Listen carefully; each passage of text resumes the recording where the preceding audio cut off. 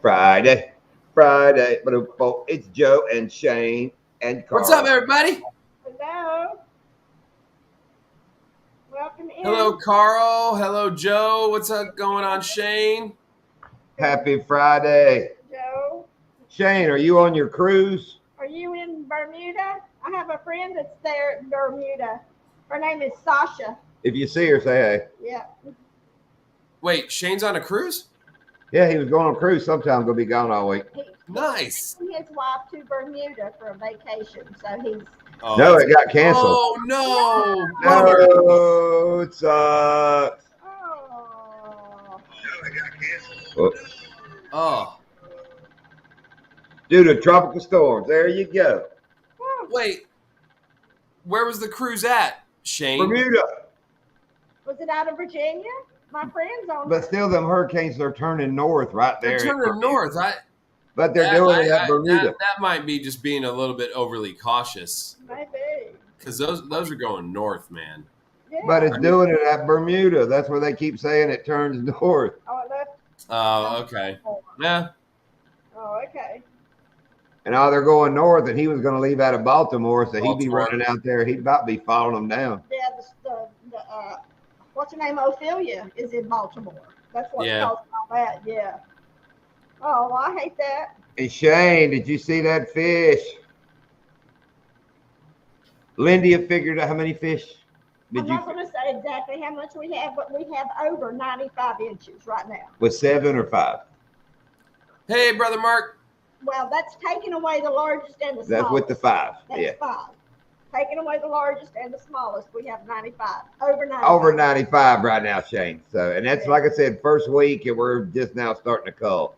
But we took pictures and laid out our first 7, and we're like at 95 inches with the 5, dropping the little one, keeping the big one.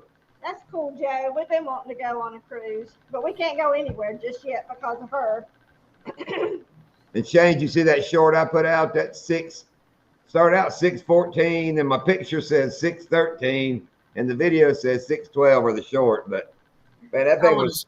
We'll go 6:13. We'll put it in the middle. It depends on. I've wrote places 6:14. Some I say it's 6:12, but anyway. That, like I was telling Doc, that fish jumped on it. We didn't even make a video. We caught 43, 40, 42. No, 42. I had 22. To 43. But anyway. Hey, Hank. They were tail walking. Like one of them typical days when you don't even put your cameras on. You should have had your cameras on. Hey, Mark J. Hello, Hank. Bunch of dinks, though. I caught one that I swear to you was the size of that super swimmer. Yeah. I'm not lying. Right at the boat, it just. What's up, Big Nasty? What's up, Big Nasty? Mark J. But it was cool. We caught some nice fish. Like I said, we laid out our damn very first, the Shane Flint, the first layout. Now we start working it. We start kind of calling down. That's like we got 3 in the 18s. They got to be an inch bigger. So, we got several like in 19s and 18s. So we got like halves and quarters. Yeah. And driving home, Lindy was trying to shuffle and figure them out. Yeah. If we go with the minimums where we have to have at least an inch over, it's over 95 inches. I mean, well, come on now. Bam. And that's big fish, Shane. That means you got to come to Florida. Yeah, I got the big one so far. Bam. Bam.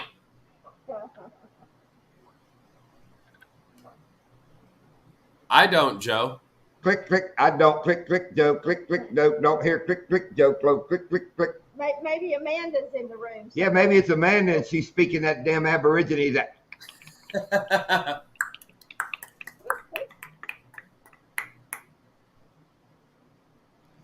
And one thing quick out of the way, I want everybody, if anybody's in here, I'll say it a couple of times tonight. If anybody wants the traveling tackle bag that can still fish and will take the time to make a decent video and take the time to not go other fishing, to put a little effort into a video, it's going to be up for grabs again. We're going to just hang on to it and find somebody that will put some effort into this. And what we would like is for you to use the traveling tackle bag. We would like for you to video the lure as you're using the tackle bag. You know, if you lose it, that's fine, but we don't want anything added to it. But we think that you should video your lure as you're using it, what you catch, and let's empty the tackle bag. But keep it, you know, traveling. Let's keep using it. We may go back, or I'm thinking about maybe throwing a surprise. Go to somebody, then all of a sudden, bam, we're going to do a damn flashback and send it to somebody that's already had it. Possibly, yeah. You know, I know. And come on with them. Chris, it was Laura the Explorer. Yeah. And like I had said before to you guys, I think I can't remember if it was in the group chat or if it was just to you and I can't remember. I know Billy. I know Billy wanted to get down on it, so maybe Billy would. Yeah, somebody's got to tell us. You know, I went down the list. You know, it went Shane, or Norm G, Shane, Ted, then Laura. That's who it asked for. Hang on, Hank. Where they at? Where them jigs at from Hank? I got them in my room. I'll go get them. Go get them. Yes, we did, Hank. But dude, are they not awesome? Like Hank's jigs are beautiful. Yeah, I did catch a couple peacocks with some more of the jigs, Hank. I just didn't make a video of it because I only caught like 3 or 4, and it wasn't enough to make a video when I was out a couple weeks ago. But like, dude, Hank's jigs are for peacock bass phenomenal, but I'm sure you guys could find something to do with them. Oh yeah. Oh hell yeah. No, I mean, Hank Snow, Indiana Chris, the guy talking right above you, not Hank Parker. I am on a mission to meet Hank Parker, which we live close to him back in Carolina. But is he still in Carolina? Yeah. Yeah. I'm tracking him down now. I am closing in on him.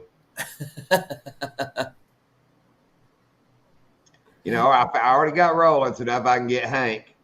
And then, you know, it's Jimmy Houston. Lindy met Jimmy Houston one time, so I'm going to get him next.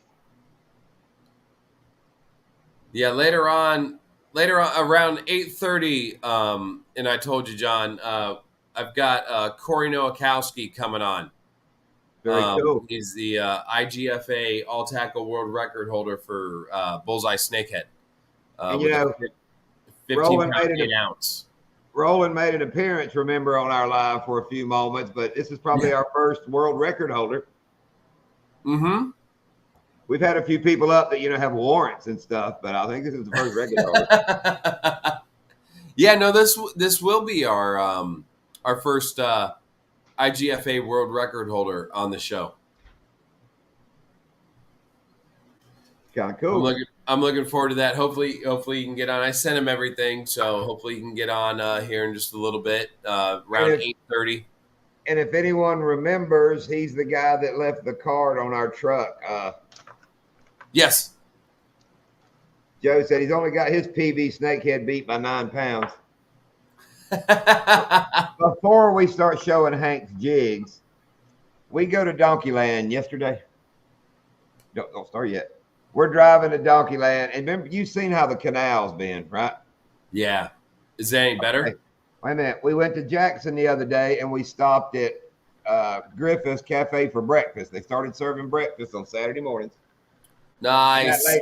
And the waitress in there is like, oh, you're not going back to the lake, are you? You can't go down the canal. We were like, we were there 2 days ago.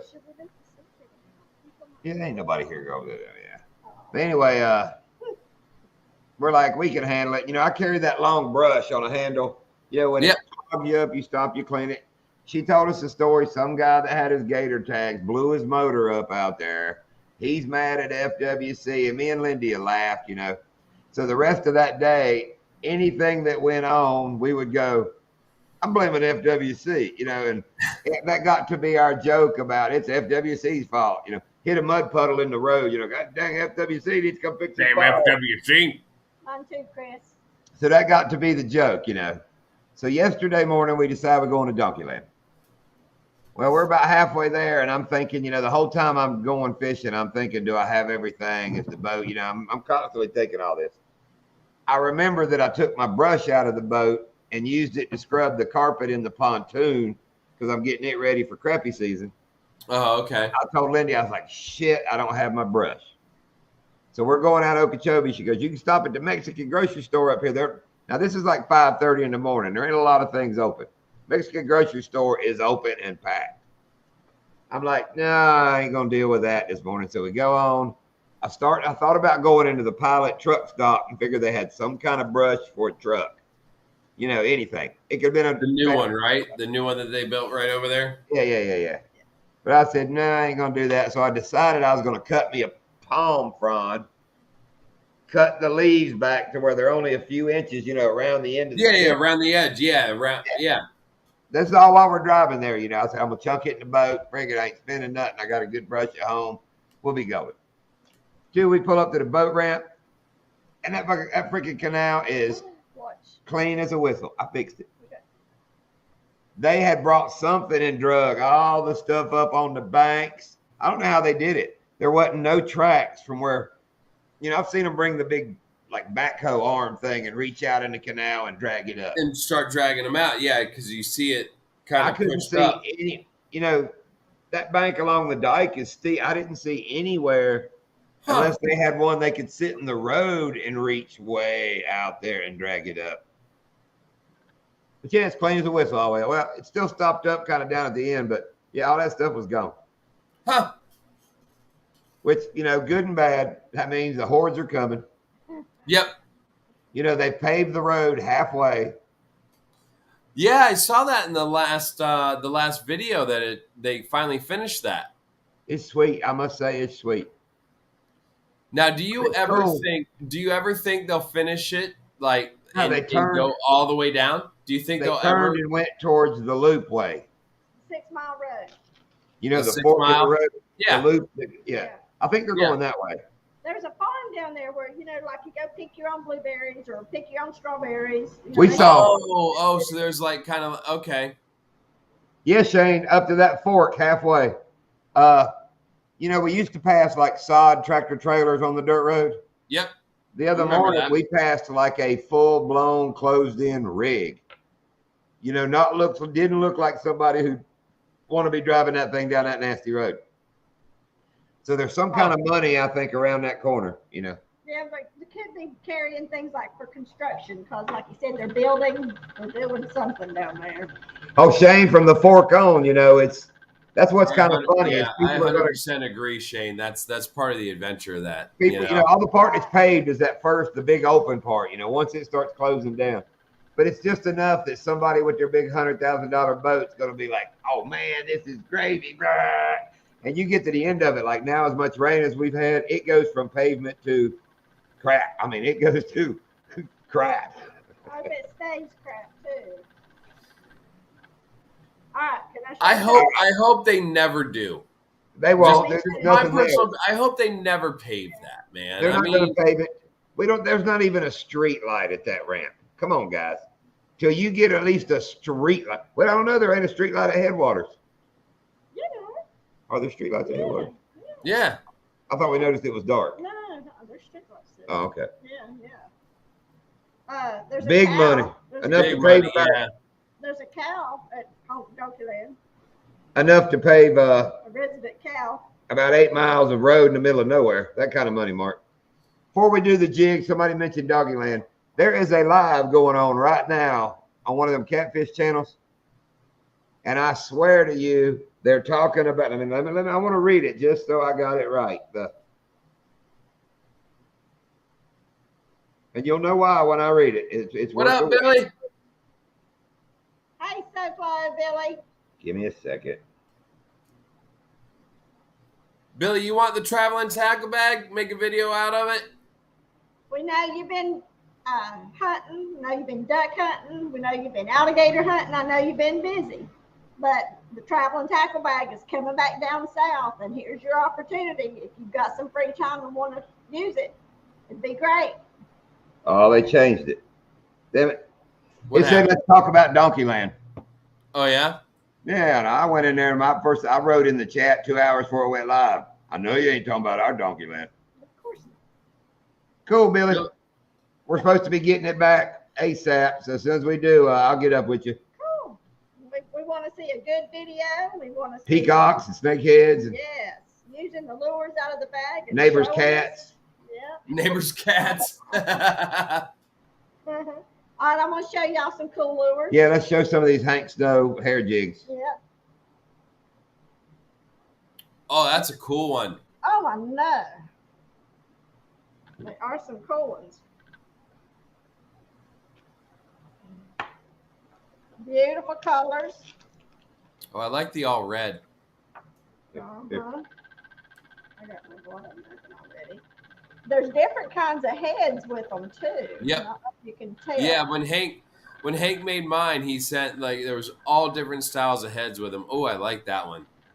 Yeah, there's some really cool ones. I think I should have this one. The black and the blue. A lot of people like black and blue down here. I didn't get a black and blue one. You stink, Doc. No, look, Hank. Put 'em I right told here. Hank, what I was kind of looking for as far as like the colors and stuff, more for like peacock. So I got a lot of like very bright colors, Here's the red one. in different sizes of the jig heads. So like, oh wow, that's awesome. Is that Love that. beautiful? And let's bless Hank's soul here for a minute. We did a premiere What's up, Boxy? we did a premiere like the day after or the 2 days after FU Friday on your last live. Right. And bless Hank's little heart. He come in there and popped off an F-bomb in the middle of the premiere. Cindy was like, whoa, whoa, whoa, whoa, whoa, whoa, Hank whoa. still had some residual going on from the other Yeah, Friday really. night. He had a flashback or something. I don't know what he had going on.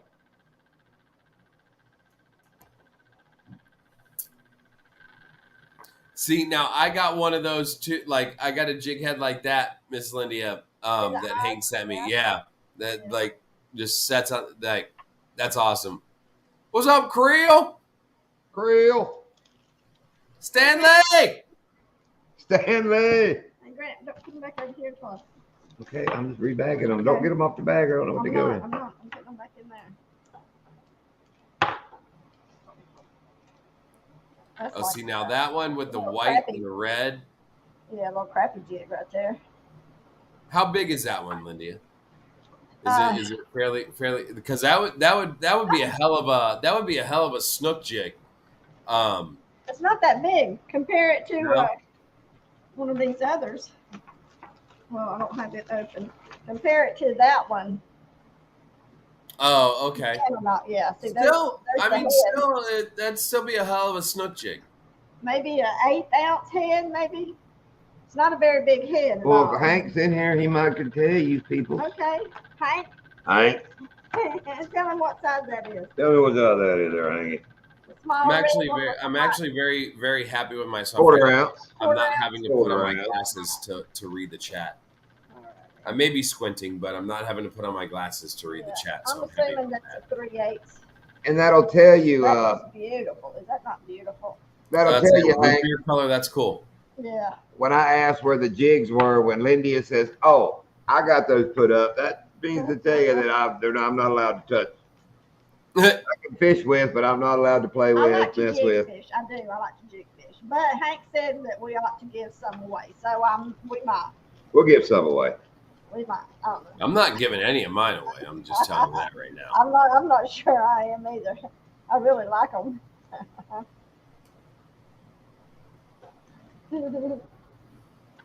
And Doc, before your buddy comes up, I want to bring up something that I am troubled about, and I have been troubled for a week now about it. I've been stingy. Uh-oh. What's that? About upsetting the 2 subscribers in the last video. Oh, all right, go. Lindia kind of goes with the way that, I should be nicer to people, this and that. Okay, my thoughts. And like I said, I'm going to tell the story like it happened. I mean, I wish these guys would watch because I meant no disrespect. I mean, they're probably not watching my channel, so They probably ain't watching mine either after the comment he left. But anyway, the whole point of us fishing, when you're at Jackson, we're usually the only boat. So seeing another boat, and the lake is not big, as you know, I said, oh, there's another boat. And it fishes back and forth out there on the lake. Now, let me back it up. Apparently, their trolling motor don't work too well or something, because the old guy driving would crank up this old two-stroke, move about 20 yards. They'd fish a time or two. He'd crank it up and move to another one. So they're just, okay, we're up in the corner. It's like a little cove. We're up in the very end. Come on, Ted. Hey, Ted. No, Ted, you can't. Anyway, we're up in the corner where there's not a lot of room anyway. But, it's not like we're out in the middle of the lake. We are tucked up in a hole. Well, the whole point of me showing in the video that they're getting closer and closer is just kind of telling the story, because if you listen to the music, I'll bet a lot of people watching that video thought it was going to be the game warden that came up. That's kind of in my head, because I keep talking about this boat getting closer. Then when it turned out to be subscribers, that was kind of a cool moment in my eyes. Right. I wasn't doing that as any kind of diss moment whatsoever. Very cool to come up and talk. Yeah. Okay, but the story goes from there. They talked, and me and Lindy are on this little lily pad patch that I could throw to the other side of. That's where we're catching. We're power pole down. We're sitting there. They come up into our hole behind us. Right? We can cast a long ways. Well, they start. Yeah. Because we're using 4,000. We're using 4,000 rods with 30-pound Power Pro with. Yeah, that thing will go a mile. And it's not even, they weren't even that far. I mean, they were closer than I'd have. If I was chunking, I could have put it over their boat. They're coming up the other side of the lily pads. I never say a word to them. Say a couple words in the boat, like, wow, check out these dudes. Even make the comment, glad these guys are subscribers, or I'd have done dropped the F-bomb back up in here. Not that they were, everybody has a right to be in there, but when there's two, like I said in the video, when there's two lakes on the boat, and I know why they're there, because we're catching fish. If you watch the video, we catch a couple of nice ones. They pull up, and he said they haven't boated boats on the lake. You know what I meant. But anyway, I let it go for a while just for the fact of that's cool. We'll catch some fish. Well, dude, they keep coming till they're beside us. Then he cranks the boat up. Now we're all going this direction. He cranks the boat up and goes and gets here. When I filmed that last picture of them, they are actually in front of us at the end of our pocket. We're only going 60 yards till it ends. He comes up and gets between us and the 60 yards. I never say a word. Have you heard in the video? It's getting crowded in here. We're going to go back in the thick. Right. And that's exactly what I said there. I didn't say, well, I might have, to myself, kind of got a little aggravated, but we just cranked the boat up and took off. And I even watched to see if they'd try. Well, now let me back the story up. Now, when they're in front of us, I turn with the trolling motor and start fishing the other way. They crank the two-stroke up, go around behind us, and come over on this side, the only unfished part of that pocket. So the pocket was done. So I just crank up and go back there. So we watch them, and they tried to come up in there. We watched them come up in. That's when I turned around and looked and said, whoops, subscribers are trying to make. And we are up this little trail in the middle of, and more power to them if they come up in there. They got the right, but don't think, oh, you're not going to make the video. But yeah, he got upset. If y'all go read the comments, said, he is an ex-fan. I really didn't. And he said about getting too close to us. And what I think I said maybe bad was when I said it's getting crowded in here. I'm wondering if he didn't get offended because I kept talking about them getting closer and closer. Possibly because when you I could see that. I could see that when you're leading up to it, closer, and then it got crowded in here. He might have taken it you were kind of setting him up in the video as they're crowding you. But Lindy, as my witness, when she's watching when I'm done with the video and it's at that part, I look at her and go, people's going to think it's the game warden coming. That was my total. That was I wasn't. Right. What you're thinking, and what's in your head when you're trying to plan out your video, and then what somebody else's perception of the situation would be when it's actually out is completely different. I mean, yeah. But here's my thing. If they're that hurt about it, you're thinking one thing. You're thinking game warden, and I know the way you think. You're thinking that. Or jabroni. More than likely, it's a reflection. Their comment is a reflection on how they feel, not you and what you did. And they probably know that they were in the wrong in that particular situation, and that's why they feel the way they do, and that's why they made the comment that they did. But also to the point, there is such a thing as voting etiquette. We would never go in front of someone. Correct. And cut them off. There is such a thing as voting etiquette, but at the same time, we don't want to lose fans either. But at what point do you not say something? Well, exactly. And listen, and when you had texted me about it and everything, John, and I even showed, now you guys know Jen doesn't fish at all, right. But like she's grown up. Her father was a fisherman. We fished all the time together ever since, my God, Jen and I have been together ever since she was 18 years old.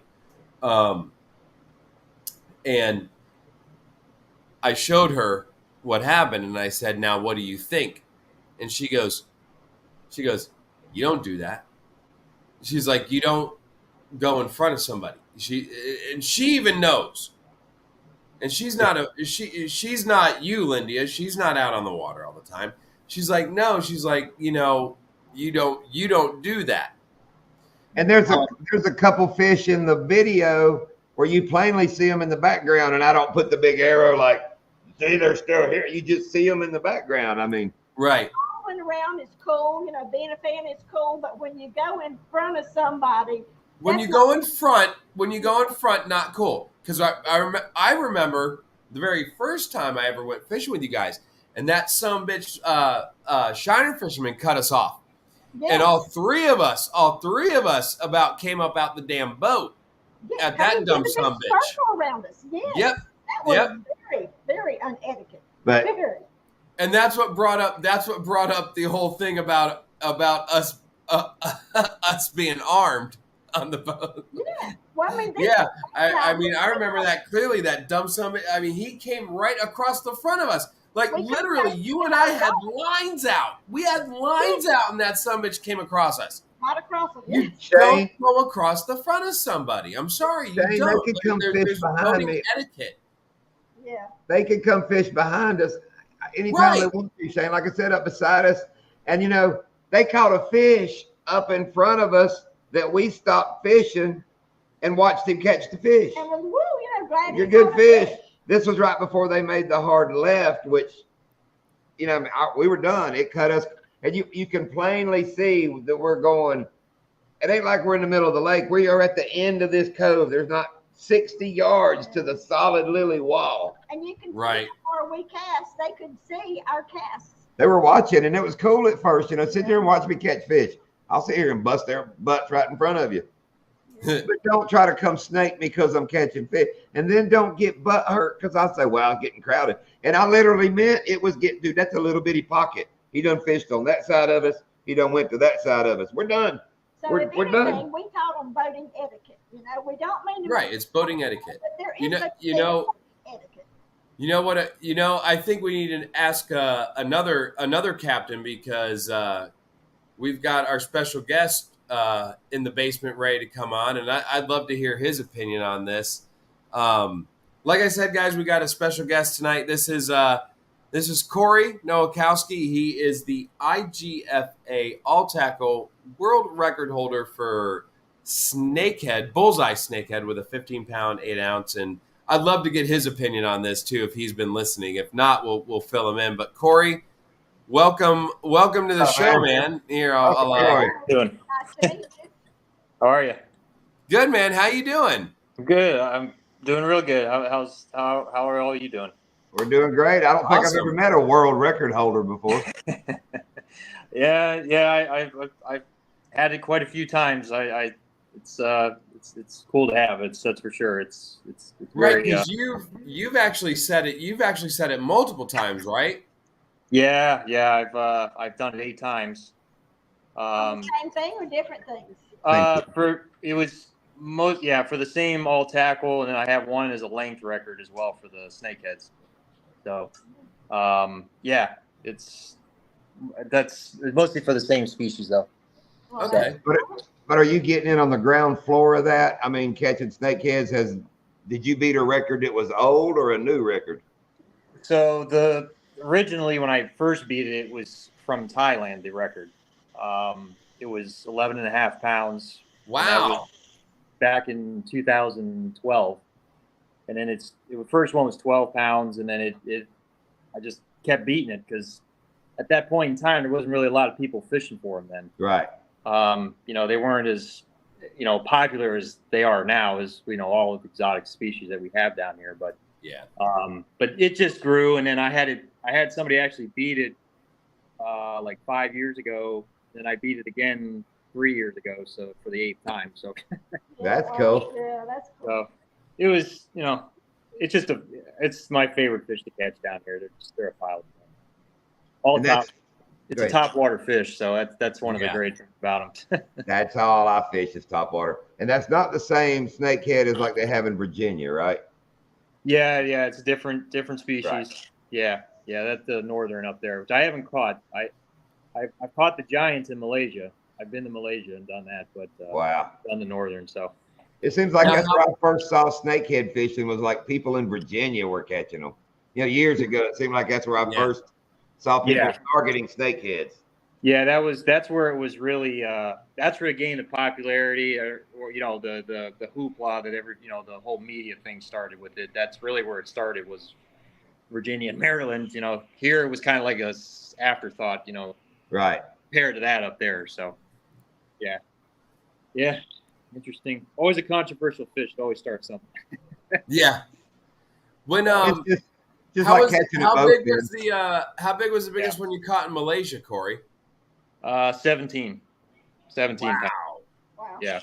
Yeah, and that species gets up to 30 pounds. So Wow.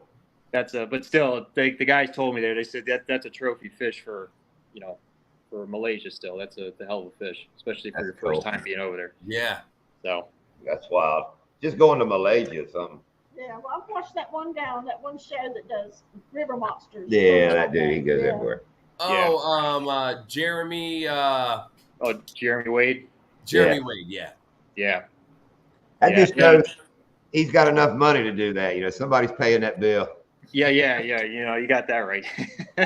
I'm sure Yeah. Corey could do the exact same thing if somebody popped up and said, I got your wallet on this one, bud. Yeah. Yep. Yeah. Yeah. Well, I did a show a few years back on Nat Geo Wild. It was called Frankenfish. Actually, the show is the host is Zeb Hogan. Yep. Monster fish, and they did a show on snakeheads. They came here and they actually filmed we went out, we took them out, we did a whole show on the snakeheads. Right. So it was cool. It was cool to do. It was. I've probably seen them. I've seen all of them. So they picked the wrong time though. Those guys always seem to pick like the middle of the winter when it was cold as hell. Yeah. Yeah. But that's yeah, like because what that's with TV, they always pick the winner because that's their sweeps week. That's like when they're trying to get their sweeps, in the months of February and stuff, just working in television and film like I have for years. That's when they do their sweeps, and that's when they want to get their stuff recorded and get it all out. And it never works out for us down here with our exotic species. Yeah, they made it tough, and especially for him to fish because he's not really much of a fisherman. He's just he's a biologist, nice guy. Right. But I told him, I said, hey, you picked the wrong time. It's going to be tough, you know. And the way we were catching them, it was in very thick brush and, you know, under trees and stuff. So you really had to be accurate with your casts. So it was interesting. It was fun to do. So we got some good fish. You know, Doc, when Swamp People came down to do that crocodile episode, they went to Lightsy's, not the restaurant, but the ranch, and all that film of moving them gators around. And you'll look, you can see the chain link in the background. They were in their big lot over there. Oh, jeez. Yeah, and after the locals knew that. And I went back and watched the episode, and you can literally see chain link fence with vines growing on it behind them. Yeah. Corey, were you listening in before you jumped in about the story about them? Like, so what's your opinion on that? Like, what do you think about you being like Corey's a guide, guys. Corey's a guide. He will take you out. He will, put you on some snakehead, clown knife fish, big bass, and clown knife fish too. But like as a guide, like, what do you think? Because John and Lindy are guides as well. Like, what do you think about what we were talking about? I was listening into that, and I've had I've had plenty of experience with having that happen. It's funny. I've even had people try to put trackers on my truck, actual trackers to find that fish that's behind me there. Right. The records that I had, and we did a lot. There was a lot of tournaments that we had, and it was getting out of hand. I had people following me and trackers, and if you start, you got to have your distance. I mean, you can't come up on people and start cutting them off, and right. The whole subscriber thing is cool. I want to know your opinion on when do you say something when they start cutting you off? Usually when they start getting too close or they start cutting me off, then I got to start, then you got to say, hey, what's the deal, man? There's plenty of water for everybody. Why do you have to be right on top of me? See, I agree. And see, I would have handled it so easy being that way, but when he said, "Oh, watch your channel, that's why we're here," I was like, "Oh, yes." Yeah, that's where it started. And then he come up there, like I said, if you watch our video, I shine the camera and say, "It's just getting crowded in here. We're going to the back." Yeah. What do we got there? There you go. I love it. Bring it up a little bit. There you go. Yep. That's cool. Yeah. That would be too close if you can read that. Exactly. Yeah. And I don't mind, I don't mind it a bit, but like I said, and I wish I would see the guy again, because I'm going to tell him, it was great up until we got done talking and you got in front of me. Same thing. Right. On Lake Okeechobee. Yeah. Oh, the guy on Lake Okeechobee comes up in front of us, dude, and I stop and look at him and go, "We're not in your way, are we?" Yeah. Right. Yeah. Sarcastically, and that man looks at me and goes, "No, I'm turning around right here." And that's where we started. Blah, blah, blah, blah, blah. Yeah. So, Corey, Shane asked, I put the comment on the screen. It says, "I'm curious, what's your top lure to catch snakehead?" Well, the top is always top water. It's a top water frog, and we actually make these frogs. My dad and I make these, and it's just a top water, like a buzzing frog. There we go. Hey guys, how are you? There he is. Hey, what's up, man? Brother. Lydia, John, Doc. I saw you on the news Glad to package. be involved. Man, you guys are the greatest. Appreciate it. Thank you.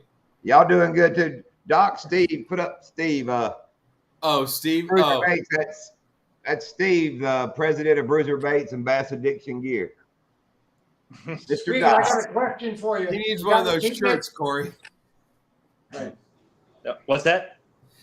Steve, the Bruiser Baits, the comment that I just put up, he's the president of Bruiser Baits, and John and Lenny and I are team members of Bruiser Baits, and he said he needs one of those shirts that your dad was holding up for his tournaments that he does. Oh, yeah, exactly. I had them special made because there was too many people butting into me, and I had a yellow boat, and they always followed me around.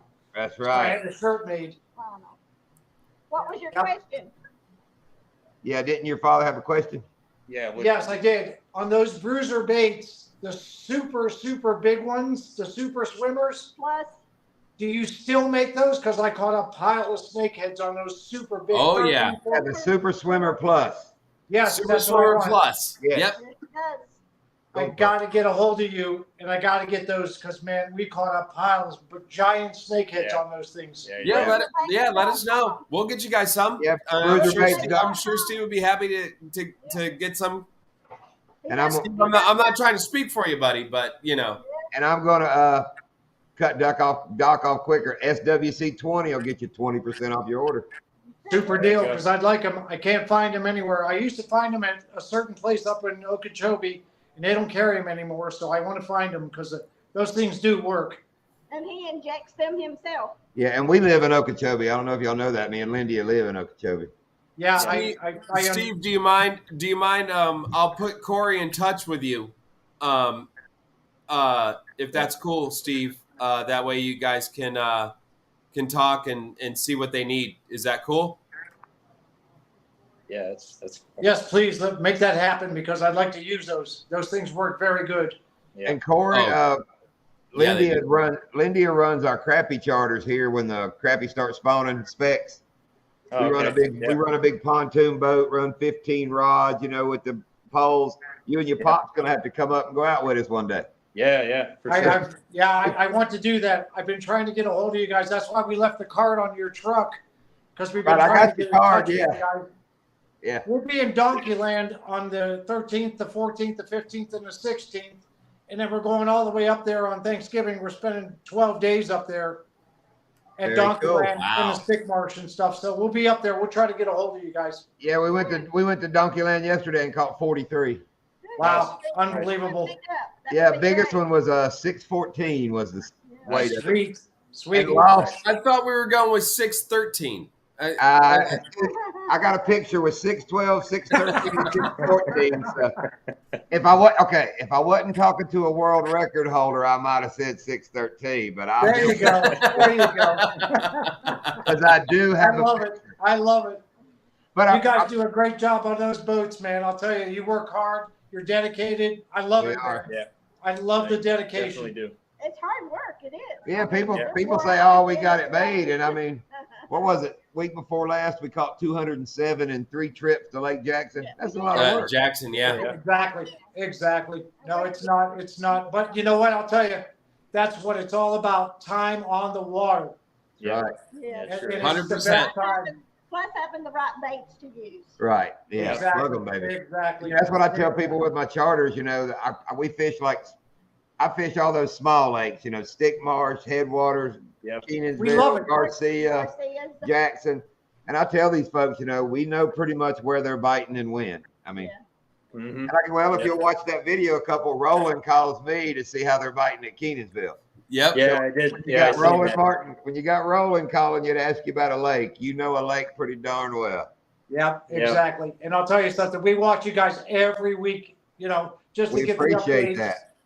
So. And y'all can bring your boat right up beside me. I will not bust you out on the next video. No. Corey, you guys are good. You guys. I promise I won't wear the shirt. I promise. Wait a minute. What happens if you're wearing the shirt and you get all up on us? That's kind of weird. Yeah, that's weird. Yeah, how's that work? Right, well, we don't want to do that. No, we won't do that. You guys are recognizable, so we'll realize that you guys are there. And don't get me wrong. If it's a bunch of buddies out there, we'll tie the boats together and wreck them. I mean, if they'd have remember when we were out on Okeechobee, John? Remember we were out on Okeechobee with Kenny? We were throwing the super swimmers at each other's boats. Yeah, Kenny kept getting close. I bounced it in his boat. We seen that video. We seen that. It was on Okeechobee. Yeah. Earl, I know what you mean. I did a lot of bank fishing. No, Earl fishes creeks. Well, it's about the same Creek. difference. It's about the same difference. Earl fishes a glorified ditch. That's cool. That's a lie. Our rivers are glorified ditches. The Kissimmee River ain't nothing but a big ditch. Yeah, I'll tell you, that whole body of water up there is it's a good place. And if you fish it consistently, you're going to catch something decent. Yeah. You know what I mean? I don't care what anybody says. You can come down here and catch snakeheads and peacock bass and Mayan cichlids, and that's fine. But I'll tell you something, that's quality fishing up there. And, Mhm. You got to bless yourself every day to go up there and just to be on that body of water. I tell love it. people, I love it. charters all the time, if you'll come up for 3 days and we do nothing but fish Donkeyland for 3 days, daylight till dark, You got something's it. happen. Something's going to happen. Something's gonna Oh, happen. yeah, guaranteed. Absolutely. Yeah. Now, you can't do it sitting in the boat with the rod laying in the floor, digging around in the snack bag. I mean, you got to Absolutely. Absolutely. Yeah. Master Snakehead here, his biggest fish out of Donkeyland is 12. Wow, mine's 10 Nice. 6. Yeah. Is that on 10 artificial? That's good. Yes, very Artificial good. shiner. Yep. I was actually flipping the hyacinth mats when they were there. That was in the middle of July. Right. Oh, So, we catch a lot of our big ones. People don't believe it. You know, I tweak that swim bait on top. You know, Right. we'll catch one in July at 2:00 in the afternoon, and Yes, a sir. 7-pounder just crash it. yeah. It's Yeah. a little tougher now at Donkeyland because it's like 7 foot deep, 6 foot deep everywhere. I Yeah, heard a it lot of super water high. has been introduced So over you there. kind of lose that aggravation bite. You know, when it's 4 foot deep, I don't care if he's hiding on the bottom. I can piss him off, make him bite. Right, yeah. No, you're right. But I'm being straight up honest. You know, if you get enough Yeah. shallows through enough, you're gonna wreck one. Now Yeah. that it's like 6 and 7 foot, it's kind of like headwaters. They got places they can ignore you in. You know, like Yeah. they're not. Yeah, Gonna, headwaters get spread out. You know, they got all those Yeah. different like deep pockets and everything. They can ignore you, like John said. Donkeyland, when it ain't flooded like it is right now, they ain't got nowhere to go. Yeah, it's You the know? same. Yeah, the lake's the contour of it's all the same. It's just a bunch of just a couple holes, but it's mostly just vegetation and shallow water. So that's what I love about it with a client. You know, they'll look over and the speedometer will say 52. They'll look down, it'll say like 2.6 feet. Kind of look at me like, good. yeah. Doc Hey, knows the John rules. and Lydia and Yeah. Doc, I got a question for you. Yeah. Do you remember when you used to go to Blue Cypress a long, long time ago, and you used to be able to get into Donkeyland through that old Yes. M Canal? Yes. That's right. When we moved here, they put them buoys across it. Yes. 7 years ago. Yes. Exactly. My father-in-law and I used to hit that up all the time. Yep. Because we used years to stay. ago. Yeah. Before my babies were born, we used to do that. Yeah. Oh yeah. Okay. Cool. I got it. Because that's how long he was. Only 7 years old when I took him there the first time. Well, So they we've been built it. fishing there a long time, and I knew you guys were there a long time. I just wanted to ask that question. They Yep. built Donkeyland in what, like 92 or 3, if I'm not Yeah. mistaken. It was early 90s when they filled it in. Mhm. Exactly. Yeah, when they flooded it. Yeah, Yeah. that was right when I started high school. Jeez, I'm not going to go there.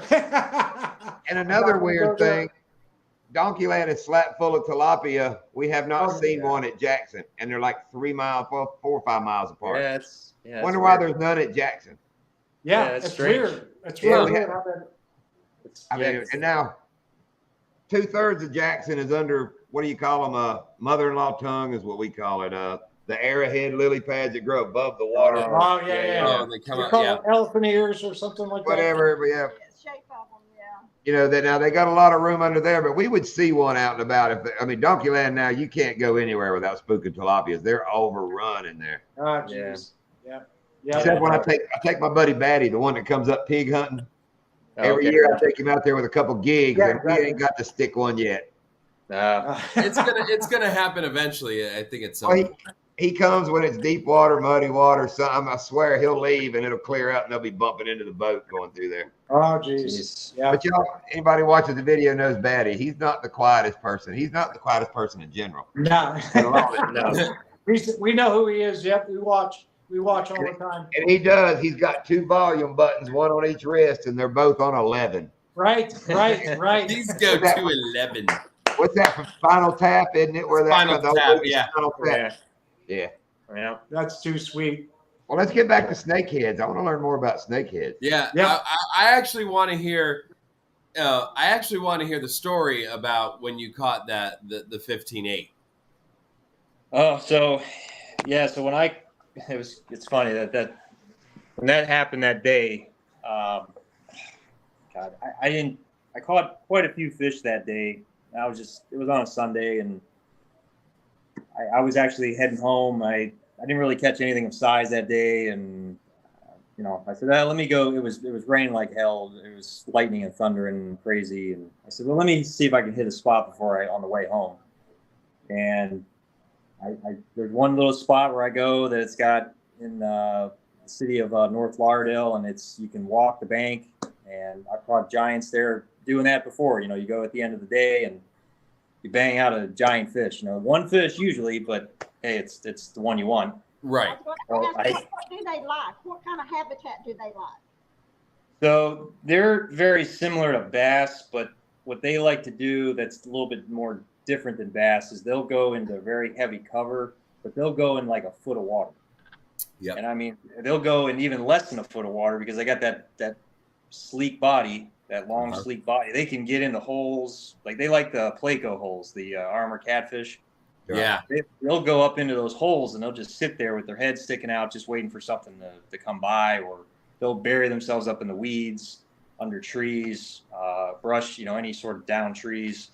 So they like to really, they're ambush predators. So they like to go into that pretty much. So, so when I was fishing it, there was a bunch of trees lining the bank. And what I was actually doing was I was flipping and pitching like you do bass fishing.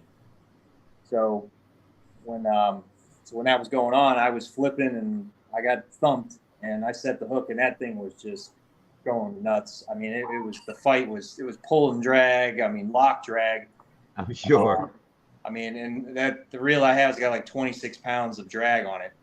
And this thing's pulling lock drag. And when it's doing that, it's a very large fish. And then after getting out of the trees, then I had to walk him down the seawall and then I picked him up. Grab him by the gill plate, and I got him up, and that fish was 41 inches long. So, wow. That's a giant fish. I mean, I could tell right away when I grabbed it from the gill plate. I'm like, oh, this is bigger than a spot limit redfish. Yeah. Yeah. So that was just one of those things. It was last spot of the day, and you catch a fish like that. Yep. Use braid at least 40 or above. Yeah, usually if you're getting like 39, 40 and above, it's a contending fish. You're talking about something that's, No, she was talking about the braid. Do you use 30-pound braid, 40-pound braid? I'm usually using like 65. Okay. Maybe now if I'm flipping in really thick cover, it's 80. It's 80 pound. Oh, okay. Right. So only ones we've caught. We went down Doc's way and we caught a few in the canal with him looking for peacocks. Okay. Yeah. No giants. I mean, I caught that one that was half your arm line. I mean, it was a decent fish. Yeah, I would say the two that John and Lindy had caught when they came down this way, probably in the 3-4 pound range. Their first ones that they caught. Was that in Ida and Osborne? No, it was. You know where the Stubbs Canal is off of Belvedere? Oh, yeah. We were back. We were back in that area and kind of went down some of the western canals that feed off that area. That's where we were. Lindy had caught a peacock bass behind Denny's. It was like 5 pounds. I wanted a moons over my hammy. She didn't get one. She got the peacock bass, but Doc, that's where you cussed out all the black folk at the church too. I didn't cuss out anybody. I just kept saying the GD word, and you were like saying we're going to get struck by lightning. Because it was Sunday morning and there was all kinds of big fat black women everywhere. Doc's down in the hole. I thought it was Saturday. No, I think it was Saturday. It wasn't Sunday. It was Saturday. I was like, Doc. It was Saturday because my wife and the girls met us for lunch. It was Saturday. It wasn't Sunday. Oh, at least it wasn't Sunday. Oh, wait, you know what, Corey? I think he's right. I think it was Sunday because I remember watching the Dolphins game when we were eating lunch. Yeah, okay, I remember the fact that everybody was at church. Yeah, I bet they do put up a fight. It's like we're bass fishing at Donkeyland, every once. Lindy caught a 12-pound bowfin. That was one, it was on. I consider it as a fight about the same, a 12-pound bowfin as a snakehead, or they fight harder? 40-pound braid. Yeah. Oh wow. Yeah. That's. I mean, they catch them on that light tackle. I think the snakeheads, they fight harder. They got more fin to get pull going. Yeah, because the anal fin, I mean, it basically goes their whole body. Yeah, on the snakehead, and And they're like a big muscle. I mean, they use it like a spring. I mean, they use it to all their advantage. I mean, I've caught them without tails. I mean, and they still fight just as hard as they do with a tail or normal. You know, they fight super hard. I think and I think it's really cool that they it's cool, but it's not that they do that death roll like an alligator. Yeah. You know, they do that death roll. And I've caught so many of them where they, like, actually in the video that we went out, John Lindia, remember the one that I caught, the bigger one. You're right. Got caught up in his gill. I thought I was going to lose him. You know, they're fun fish to catch, man. I mean, they're really hard. Yeah, any fish that'll jump on it and fight is fun, man. I don't care what you say. If it's fighting, it's fun. Yep. Especially that top water. That's always the thing. And when they make that wake, when you get that, when you see them and they got that wake just coming up behind it and they are just charging at it, it's one of the coolest things. You know, there you go. Man, what's your daddy's name again? Eddie.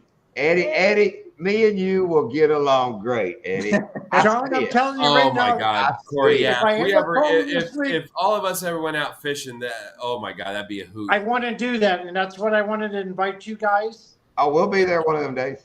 And I want to do that with you guys also too, because I want to meet you guys. I like you guys. You're aggressive. You know, you guys are fun. You make fishing cool, and that's what we want to turn you on to. Doc, same thing too, man. So we got to get out there and do that.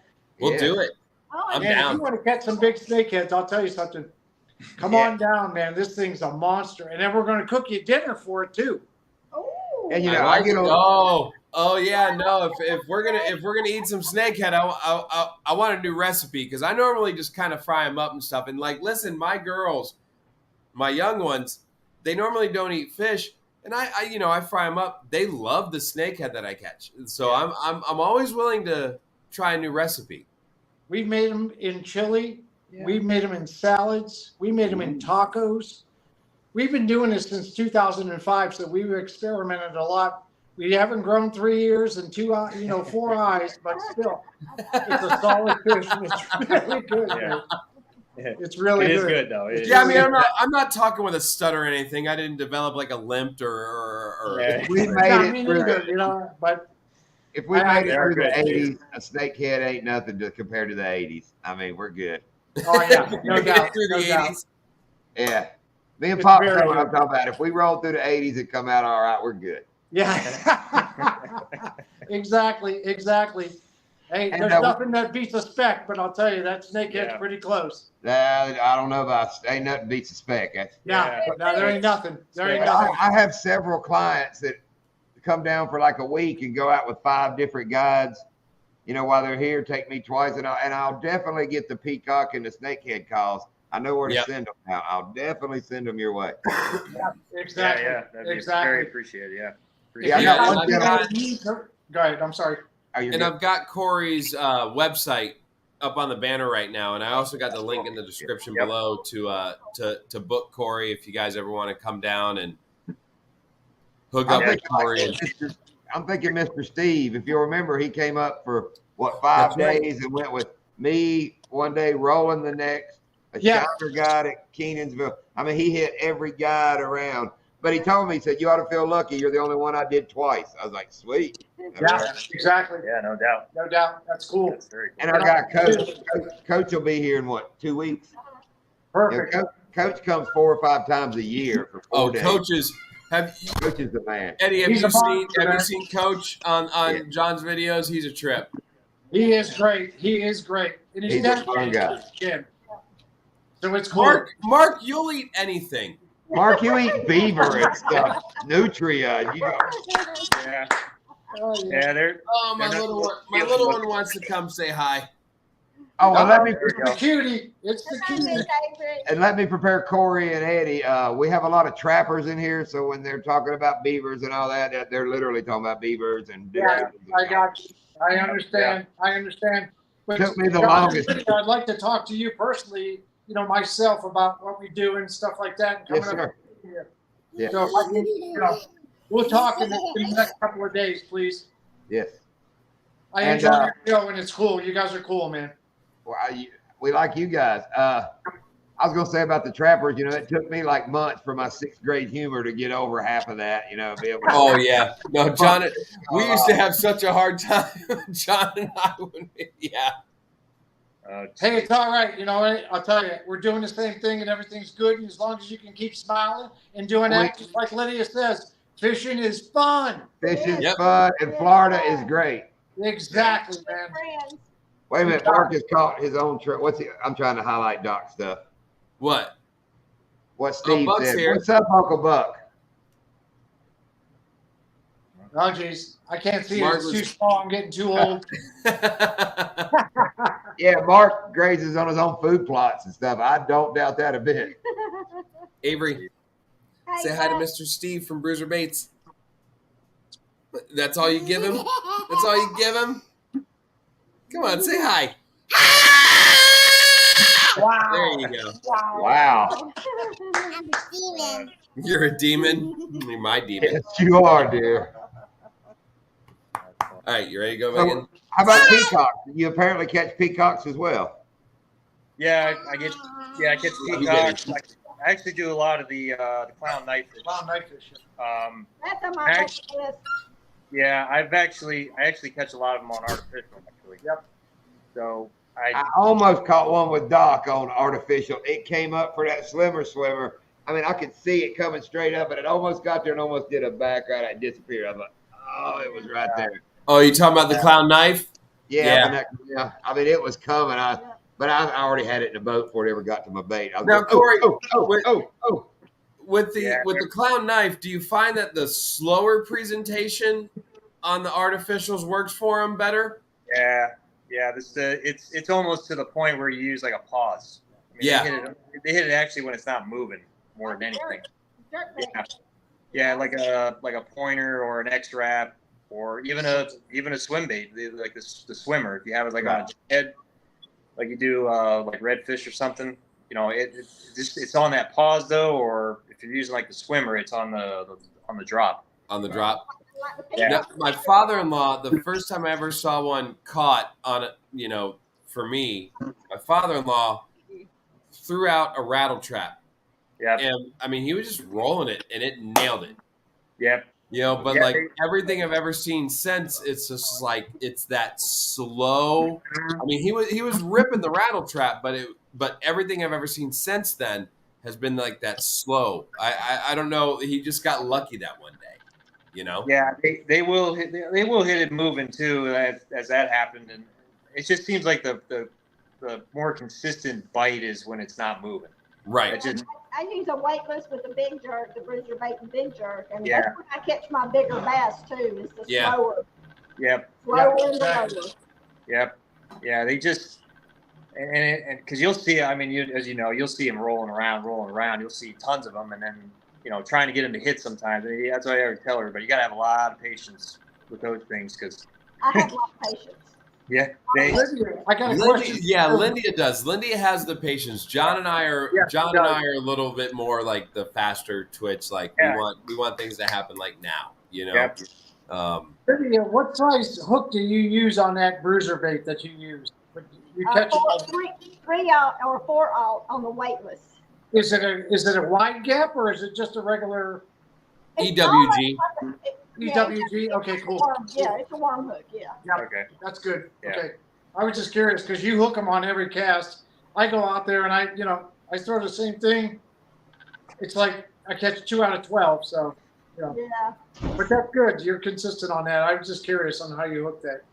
Yeah. And I heard you say with the big jerk sheet. Lindia with the big jerk is usually using a weightless EWG hook. Right. And then when we're throwing the slimmer swimmers or the super swimmers, we're using an EWG hook with a twist lock on the front and usually about a 1/16 or an eighth of an ounce belly weight on the hook and just ripping it. Yeah. And you're talking about patience. I am the Axl Rose of fishing. I can sing about patience. I can talk about patience, but I ain't got no patience. None. That's it. Get up and do that dance like the dude on the video that you did about 2 months ago, man. Mowgli, I wish he was in here. That is a Oh, great Chris. idea, Yeah, man. where is Chris? That video was awesome, man. That There you video was go. awesome. There you go. Steve says, "Whoop, thank you, buddy." She does, Steve. And it's funny. I mean, if you watch our videos, you can see it. When Lindy is fishing the big jerk and I'm fishing the super swimmer, she'll start killing it. And then you'll watch her bite start dying and I start killing it. Right, So right, back right. this way. And all day, like at Donkeyland, them fish go back and forth. Yeah. And if you guys, watch my videos, I would say 90% of the snakeheads that I've caught on my channel have come off of either the Slimmer Swimmer or the Slimmer Swimmer Junior and rolling it on top.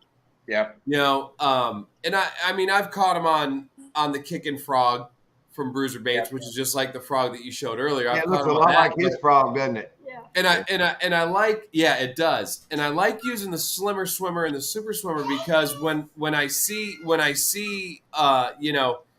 the areas that I'm fishing, because I can kind of switch gears real quick if I see some peacock laying on beds or if I see some peacocks like laying up against the bank, I can quick just drop it down. Yep, Super versatile when I do it like that. Like I found though, if I'm using the frog with the peacocks, if I see a peacock, they're not going to hit that frog.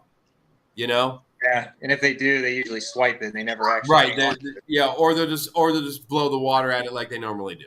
Yeah, right. Pop at it. Yeah, exactly. Yeah. Hey, by chance, not to change the subject, but did they pave the Stick Marsh Road? Have not. No. No, they haven't. Okay. Nope.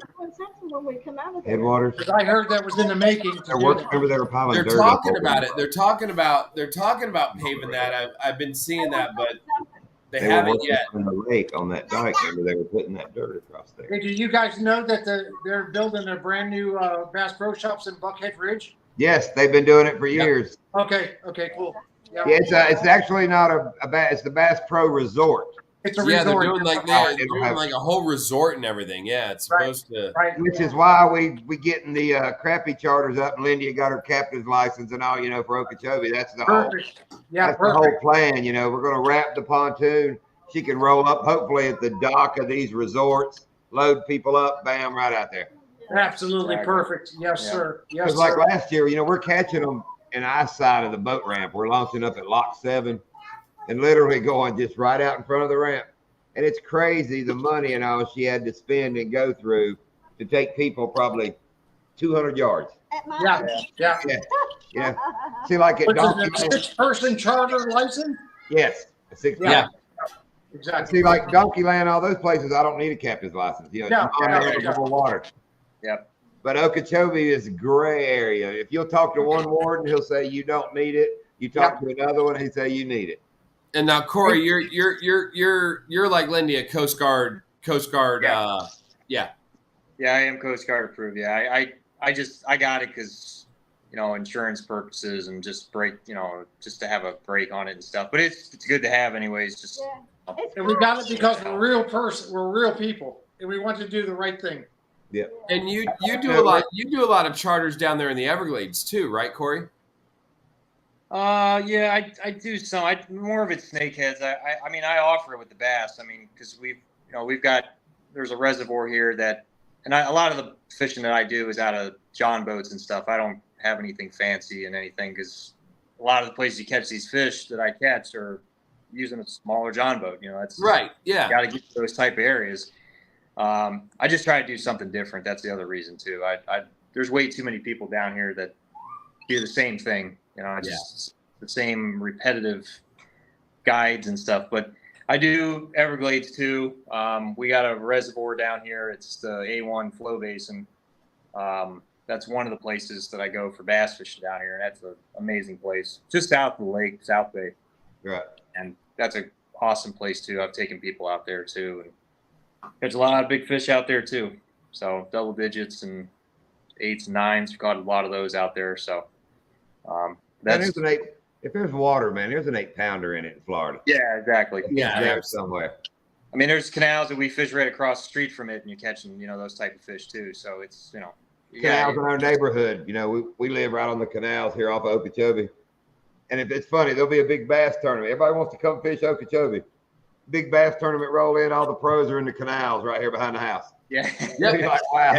Yeah, exactly. They're The not place we're driving through, the spot Nobody's- we're driving past to get out on the lake, there. That's my whole gimmick with my charters, though. Is like, you know how it is. If I'm taking you to Donkeyland, it's not just a fishing trip. Right.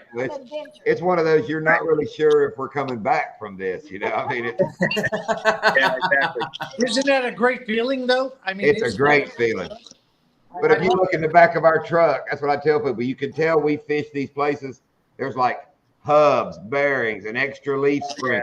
Everything I've broke on that road, there's an extra one in the back of my truck now. Yeah, you gotta be ready Now for it's anything. pained up since some a-hole stole my spare tire, I think, at Donkeyland. Exactly. Dude, didn't even know it was gone. I Dude, decided I was gonna go get, my I'm gonna go get father-in-law tired. got his tailgate stolen at one of the boat ramps over by us. Like literally, it was his years ago. This is years ago. Yeah, somebody stole the damn tailgate off his Ford. Like literally stole the tailgate. Trailer and everything was still there. Tailgate gone. That's See, amazing. like us, we left Donkeyland yesterday. We got back to the ramp. Our truck was sitting there, and a big-ass black cow was standing beside it. I was like, No way. that's my kind of boat ramp right there. There's a cow in my truck. Wow. Exactly. I That's love We it. see the cows get out down there all the time, man. Oh yeah, no, I remember the Somebody last let time. out. Remember when Joe and you and I went out? Yeah. Joe, you were still messing around with something. Joe and I were going. The Joe and boat. I went about like 4 miles just trailing a cow. He just kept running. He never went off the road. I'm like doing 20 miles an hour by this damn black cow, and he's just running in front of the truck. Somebody had let those pigs out that time, and they were like half tame, half wild. And you'd be trying to get your boat ready, and this 150-pound pig wanted all up on you. I mean, pushing on you while you're trying to damn. We'd feed him Pop-Tarts. That's what he was after, was freaking Pop-Tarts. You know, the one day that we were there, we heard them in the weeds and stuff out there, growling and snorting and stuff. Yeah. Oh, Hey, just a question for you also too. You know where you put in at the ramp? Have you ever seen that clean out, back up there? Yeah. Back up in that other area, I should say to the Yeah, the canal goes back the other way. Yeah. Yeah. Have you ever seen that cleaned out? Yeah, it's cleaned out pretty much right now. There's one little patch in it. But that canal goes down, makes a loop, and it's actually the middle canal that goes across the lake. Oh, okay. You know how when you get to that middle one and you look, you see it disappear down in there? Yeah. It's all grown up in there and all, but, that's what it connects to that. they had to get Okay. moved up for a little Yeah, while. A year or two ago, the storms took out the buoys blocking that canal. You can just get in there now. Yep. Yeah, they're gone. We went up there when the stick marsh was really low. We took the boat out in the stick marsh, and then we went up in there and we had to paddle our way through there. We got pretty far in there, but I just was curious if anybody ever went all the way up there. It gets grown in when you get down there and it makes the turn like back to the lake. It seems like it just dammed over. I mean, it just closed up. Yeah, But, exactly. Yeah, Yeah. What's up, Rob? that's cool. That's cool. I knew Hey, you guys Rob. would know. I knew you guys would know that. So Talking about stick marsh with no water, we went the day after Roland posted the first video that he was fishing when they put water back in it. Yeah. is it full now? I don't know. That Okay. thing scared me, dude. I idled from the ramp at Stick Marsh to the very back corner, Oh, still wow. high-sided the boat on a freaking cypress tree to where it lifted the prop out of the water. I thought we were going to get stuck. I finally had to put it in gear, cut it hard, and we must have went around it about 3 times before. I watched that video. I watched Yep. your video. Yep. Yeah. And Roland said it took him an hour from the boat ramp to get back there to the fishing hole. We said, ain't no way. Took us over an hour. It was an hour. And I'm going to tell you I the went scary. there. I went What there you when did- it opened in 1989 or 88, whenever it was, or 90, Right. and it was a mess. It was unbelievable to get in there. Oh, wow. And I'll tell you what scared the crap out of us. We When used you to go come out back of the there. hole from the When I boat used to ramp. go back in there, it was sketchy going back in there. Like Yeah. years ago, You know- like when I was younger, and I would go Yeah. back there with my father-in-law. It was well, the boat ramp wasn't where it is now. Right. no, But it wasn't.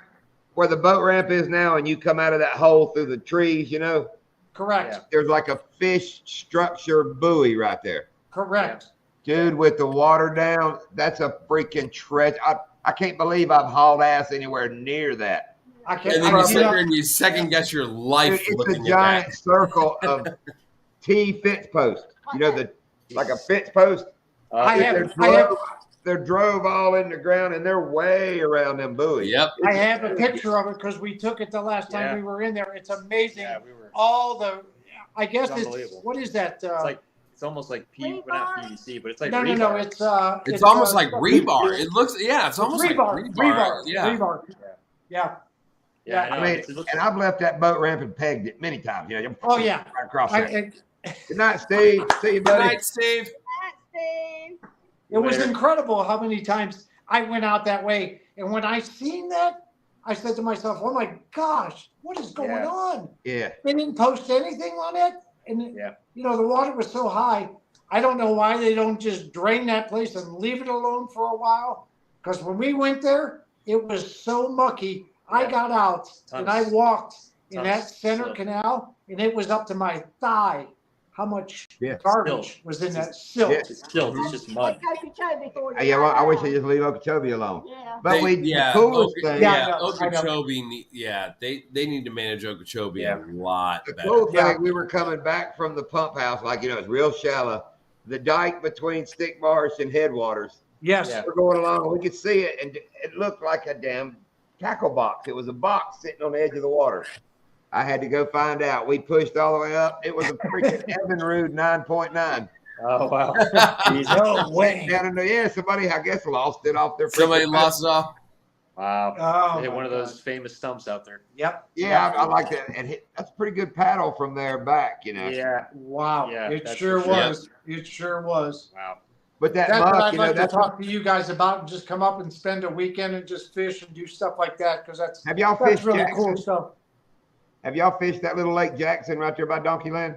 Yeah, we fished it what 2-3 times. It's we've been there. We haven't been there since they put in the new Yeah. ramps, all the the aluminum stuff. Right? Funny story with that. We drove down there when they were building the new ramp, right? Okay. Oh, at Nobody there. Jackson. Nobody there. We put the boat in the water. We fish all day. Never see another freaking boat. I'm like, oh, this is nice, you know. Yeah. We got back to the ramp. I'm walking to the truck, and there's a big sign right there in front of me that says "Ramp closed for construction." I was like, how did I miss that when we went out this morning? We sat there. That's a good Nobody time said to a go. word. Nobody said a word. Yeah. Oh my Oh, God, wow. that's That's funny. But dude, that lake is. That's why it's on fire now because usually Yeah. it's like a 3-foot lake. You know, it's another Yeah. shallow one. It's got about 6 foot in there and 7. I mean, it's got some water in it. They've had We're gonna quite have a rain. great fall because every Yeah. fish we are catching is healthy and fat. You know, usually Donkey Land at the end of summer when it's 4 foot deep, them fish are stressed out. yeah, they You sure know, they are. caught that hot water off. Good example. I don't know if y'all remember like last year. So Lindia caught a trophy catch at Donkey Land and the next day caught one at Headwaters. Yeah, we An watched 8 it. Yes, and an we did. 8-7. The fish at Donkey Land looked like a skinny 9-pounder. Yes, Yeah. exactly. The fish from Headwaters looked like a fat ass 7-pounder. Yeah. Yeah. And they're really because Headwaters has got those deep holes where it can Right. eat Sure. into the Yeah. land. Right. You know, Donkey Land when it's shallow, they're sweating all day and night. You know, they're Oh working. yeah, The right. water's so hot. They're Yeah. fighting that hydrilla and whatever's left in there. Yeah. you know? they're But this year, working. dude, everyone you pull up is just, I mean, gorge fat, just Yeah, it's good. grotesquely looking fat. Hey, have they sprayed anything out there? I'm sorry to interrupt. I'm sorry. Not at Donkey Land, nothing to the edges and in that canal. But now, But they I cleaned gotta that. give- But you said they cleaned that canal out when we were talking earlier, and you're not sure how that I happened. gotta give some props. You're not gonna believe you're hearing me say this to FWC and spraying. These last couple of weeks we've been fishing at Jackson. You know, it's solid lilies and stuff. Yeah, we They seen. started pounding it, spraying, me cussing about them spraying. Now that it's done and we're 2 weeks later, they sprayed that floating grass that looks like yard grass. It's a different kind of grass. Oh, can yeah. It's see a little stick-up circles. grass. You can see little circles of it all over this lake that's dead, but all the good stuff is green and pretty. I mean, they did their job at Jackson. They didn't overspray. Yeah. You didn't get the guy on break on his phone just shooting it off. Yeah, exactly. Correct. Correct. They did Absolutely that. correct. They've done that a Yeah, lot right. of late. Yeah. Oh, we've seen them on Okeechobee. We got video of a guy on his phone, kick back, holding the nozzle, just Unbelievable. Yeah. Unbelievable. Yeah, and the airboats, I've seen that a lot. Yep. Oh, yeah. Just I'm not going to thank anybody, but that just happens. That's how Jeremy somebody's sitting at a Albritton desk. Jeremy Albritton said he just shot him a 200-pound pig. He's a Louisiana guy. Oh, wow. Wow. And Nice, he's got Jeremy. photos. Wow. Big boy. Man, that's the cool thing with the YouTube. Meeting all these. We know got buddies in Louisiana, like Earl's from Oregon. Oregon. I don't know why I couldn't get that out. Amanda and Booster, they live in Australia. They're in I mean, Australia. all these Yeah. different damn people. Yeah, I watched them. I watched that video. Yep, that's cool. Yeah, Amanda, her Booster is Amanda's dog. Amanda, it's a cool story. She works at a damn kangaroo salon. Oh, wow. Not a salon. Wow. She puts the little bow thing on them after she conditions their hair. Oh, wow. Jesus. That's pretty funny. I think everybody from Australia works at a kangaroo salon. That's super cool. That's super cool. And everybody has their own thing. Yep. But listen, you guys, I'm going to exit out of here. I appreciate you doing everything for us, listening to us. We always listening to both of you guys. Yep. And you know what? Like I said, Lydia, John, and Doc, I got to get a boat. I got to call you or do something so I can get together. Absolutely. You talk to you, and just say, hey, listen, you guys come down for a Snakehead. We'll come up for maybe some spec, whatever the deal is. All the above. Oh, that'd be all the above. That'd be a fun trip. Is your number on your card? Yeah. I'll shoot mine. I'll shoot you a text in a little bit. Yeah. So Sounds good. yeah. That'll work. All right, we Andy, can do- great to meet Corey, you. Corey, you guys are what? Coral Springs area? Tamarack. Yeah. Tamarack. Okay. Yeah. So same. It's same area. Yeah. You're Tamarack, Coral Springs, like that area. They're down there by they're close to Billy, John and Lindy. They're close to where Billy is. Yeah. Yeah. But I go up to Wellington and I go up to Boynton and Boca and I fish all over the place for the snakeheads. So. We've got some places. Corey, you and I should get together because I'm what 20, 30 minutes from Wellington. I mean, you and I get the three of us could bust that up and go goof off up there. I'm ready to come down because I built our boat for them small backwaters. I'll put it in about any hole you put that damn John boat. Oh yeah, no doubt. And we have 4 John boats here, so it's not a big deal with 80-pound thrust motors, lithium batteries. You can fish all day. There we go. Let's do it. All day. Yep. So I'm already into this. We're super prepared. There is no reason that we couldn't take all 3 of you in 2 boats with no problem. You know what I mean? And you guys wouldn't even have to trail the boat, John. Doc's got a freaking job, so I never include him. Me and Lindy is coming soon. Yeah, during this time of year, it's got to be on the weekends. But if it was summer, I'm good. Yeah. Oh, we show up on Mondays, man. You got to watch And out. I'll tell you something. You know what? The best time right now for snakehead fishing? Yeah, it's September, October. Man, they are just out of control in November. In part of coming. November. Yep. I will shoot you a text in a little while, Corey. We are definitely coming down. Yep. Lindy has been. We'll be in touch. We'll be in touch. Yeah. One of the things I wanted to talk to Corey about. Yep. Cool. Before, if you're Corey, you're more than welcome to stay on until we're done till 10 o'clock tonight. And I appreciate you coming on, man. We're just saying bye, Pop. It's been awesome. But one of the things I wanted to talk to you about, and that's kind of what got me wanting you to come on, was when I sent you the text about the WPTV yes. News package that they did. Because I'm sure if you watch the channel, you know that I teach television and film production, and I know a lot of the people that work at those news stations and stuff, and I know how they can kind of twist things. Yeah. And I just kind of I wanted to talk to you about that, You know, Snoop about like Dogg too. how you really felt about how that, like, did you watch it? Did you watch the package at all? I actually asked the reporter, Megan McRoberts. Megan McRoberts, yeah. I asked her for the actual link to the video, and I still haven't gotten it.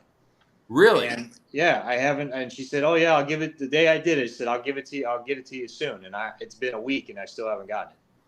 Never give up, never surrender. Yeah, no, exactly. Keep And I on. even texted her again.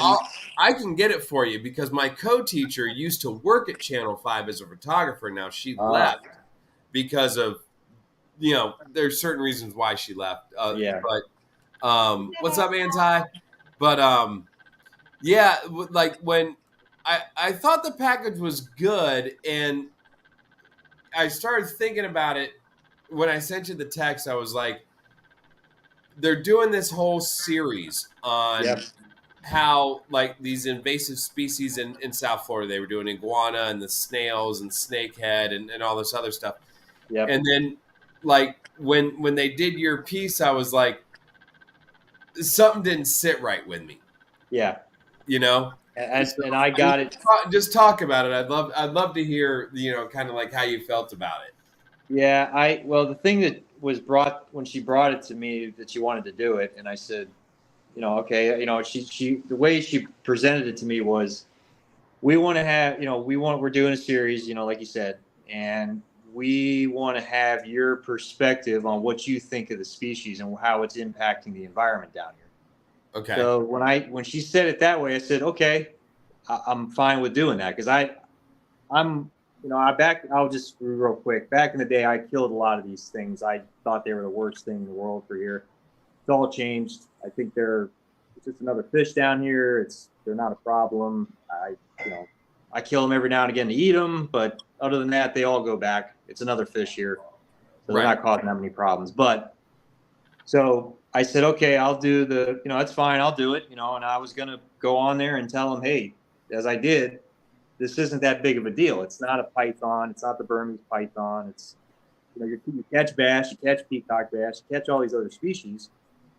So I don't see the impact. Well, I know what you said and some other people that I know that's seen it, and they're like kind of surprised with your take, or what the take with it is, because you're, not against killing them. And I'm like, yeah, that's what I keep hearing, and I'm not very happy about it, because that's not what I put on there. I said, you can catch and release them in the same water they're established. There's nothing wrong with that.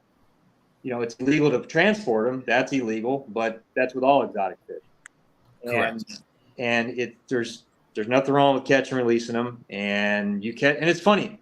And I don't know if they showed the bass, because we did catch bass that same day too. Never once. No. Yeah, funny how that works. And you catch other species with these things. It's not like they eat everything. And I was just, I was kind of upset about it, just because that's not what I put on there, on the show. The only reason I did it was to put up there to say, hey, this isn't that big of a deal. It's a fish. Enjoy it for the fishing purposes of it. It's a great fish to catch. My favorite. And I mean, everybody that I've turned them on to, they love it. I mean, it's one of their favorite fish to catch. So that's how I wanted to do it, and I see that wasn't presented that way. That's what I've heard other people say. There's not a lack of bass. There's not a lack of bluegills. There's not a lack of all of these that they're saying these fish are killing. There's still an abundance of everything.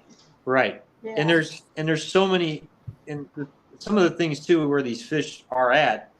There was never a major bass population in the first place anyway, because they're catching them out of a rinky-dink ditch on the side of a road, or, it adds a sporting quality to some of these waters that you're never going to, if you would eradicate them, there's nothing else going to live in there that's going to be worth catching anyways, So 100%. And I will tell you, and I will stand by this all day, every day.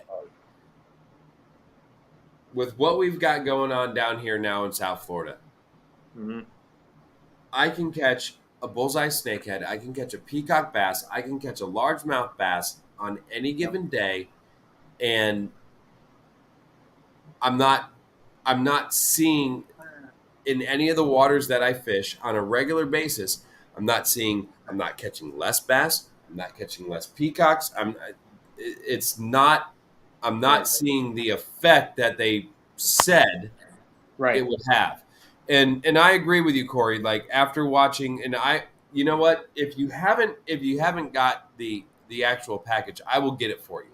I'll make sure I'll make sure I get it for you, and I'll send it to you. And Corey's 100% right with what he's saying and the way that the news package played out. A lot of it showed, because I know that day you kept some and you put them in the cooler. Yeah. So a lot of it was portrayed like, okay, she even said in one of her vosots, which is a voiceover, and then you had some sound on tape, which is like when she says something and then you say something. Right. Her voiceover is like, oh, he's doing his part to, make sure that he takes as many of them out as he can. And then you say, oh yeah, they are good eating fish, and you throw them in the cooler. Right. So your sound on tape was that part. So, and again, with news media and depending upon, and like I said, their whole series that they were trying to do there was about the invasive species and getting them out of South Florida, talking about the Burmese python, talking about the iguana, talking about these, I forgot the snails. They did another snails. She and it was like, them. Yeah. It's a shame that happened like that, but that's the thing about I just seen it. you gotta watch them. You gotta watch them. That was when I first thought it when she presented it to me to do this. I'm like, boy, do I really want to do this, because I know what they want to do. But when she said, I wanted your perspective, I said, okay, then I'll see if I can try to change the the perception of this fish. That I will tell you right now is the disconnect between what I teach my students, because I teach television and film production. Eddie's back. That is the disconnect between what I teach my students about being unbiased and presenting both sides of the story, and then when these journalists go into college, and when they get into college, it completely turns on its head.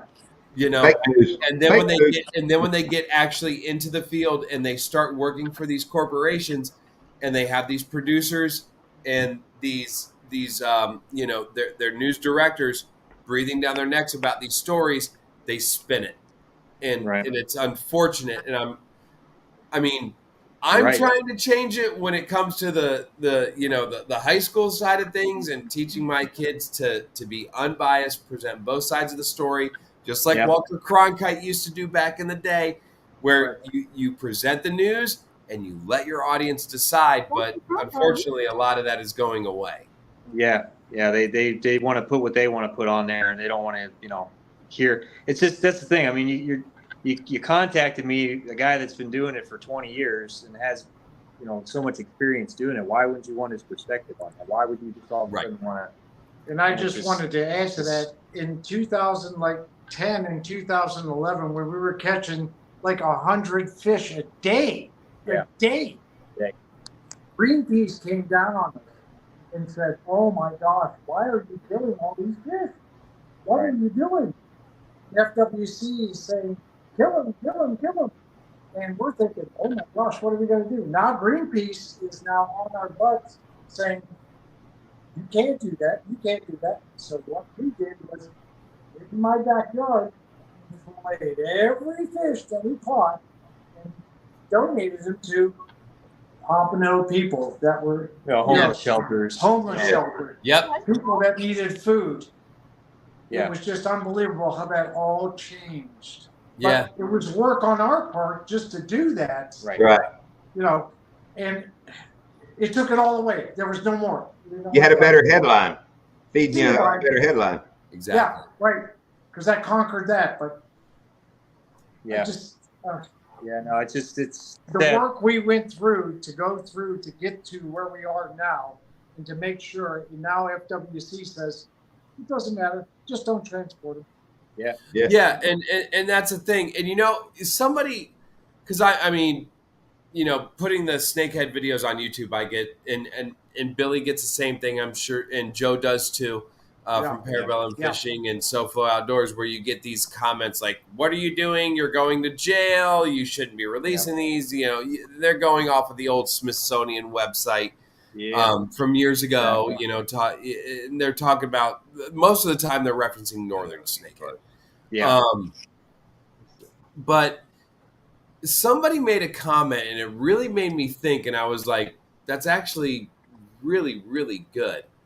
Somebody said, FWC in this, because I did a video where I actually called FWC. Oh yeah, I remember seeing that. Yeah. And I talked to them about it, and they said, oh, so FWC says eat as much as you like. Right. Take them out of every canal that you can. Eat as much as you like. No problem. However, they're worried about so many bass from those same canals with the mercury, so don't eat this many of them. Yeah, exactly. I thought about that, and I was like, son of a bitch, that's a great point. I'm like, that's a great point. And I told the guy, I was like, you know what? Damn good point. I was like, I never thought of it that way, but that is a good point. So, like, it makes you wonder. It really did make me think. And I mean, what do you guys think about that? Like, next to that, the state of Tallahassee came down to us for catching so many of these snakeheads, and we ran a tournament in South Florida for over 5 years. They put up money for this. We would eradicate those fish out of the water. They had FWC biology come down from Tallahassee in my backyard of my house in Tamarack and take samples off fish that we caught. There must have been 800 pounds of fish in my backyard. I have probably 500 pounds of fish in my pool right now. If I catch, and he catches every day. They're that simple. You know what the bottom line was? Those fish have 2% mercury. Every fish in the water, bass, is 3%. The worst fish in the water in South Florida is the warmouth. It has 9% mercury. The snakehead is the cleanest fish in. A moormouth has that? A warmouth has 9%. They're the worst fish. Huh. Yeah, I think the mercury in those canals is the least of my worries down that way. Yeah, me too. There's some that you don't. There's some that, well, you get there, you're not going to eat. You don't want to eat anything out of it. Shopping carts and dead hookers and stuff are in some of them waters. John, we've cut open snakeheads where there's been turtles. Yeah, turtles, snakes, baby lizards. Ducks. I mean, rats. I mean, their own bass. We've cut them open. We cut one fish open that had 7 painted turtles in it. We cut it open, put them on the little display table that we had, and those 7 turtles lived. It was just amazing. You're a humanitarian. I mean, look at you. But I will say they eat a lot of the exotic fish down here. Yeah, they do. They do. A lot of Mayan cichlids, which is a good thing because there's way too many of those. Yeah. Tilapia. And they even eat the armor catfish. Oh wow. Which I'm finding I'm starting to see a lot more of those in a lot of the places that I'm fishing than really the cichlids or anything. I mean, they're everywhere. They're all over Okeechobee. That's crazy. Yeah, that's good. But they never stand cold water. And every low life is down there trying to catch them. I mean, you got Is that the new aluminum cans or something? Is damn armored catfish?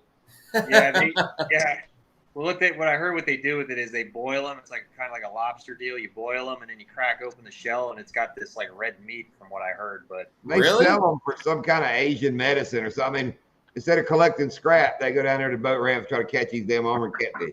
I don't know. I'm being honest. I don't know if I'm venturing into that at all. We worked at the boat shop, and these dudes would come in with the crappiest, I mean, barely floating boat.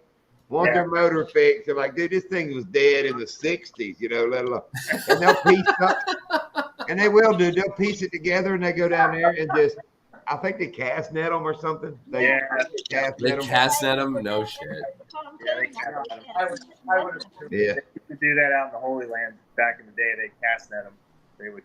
Because I had a guy like, what the hell are you doing? He's like, we're casting armored catfish. I'm like, oh. And that's the guy that told me that you can eat them. I'm like, yeah, I'm good. I'm not. I'm I'm not eating any of that. Are you local down here, Jason? But, I think we've seen Jason before. I recognize the name.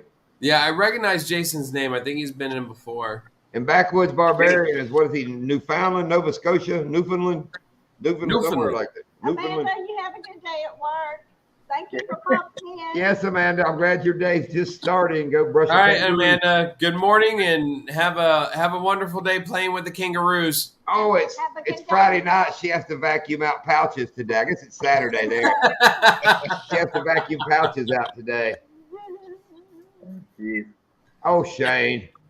And Shane Flanner's our resident Men in Black. He's either a damn ex-CIA, Secret Service, Men in Black, something. Yeah. Newfoundland. Labrador, Newfoundland. Newfoundland. Wow. Corey, Yeah. have you ever seen Backwoods Barbarians channel?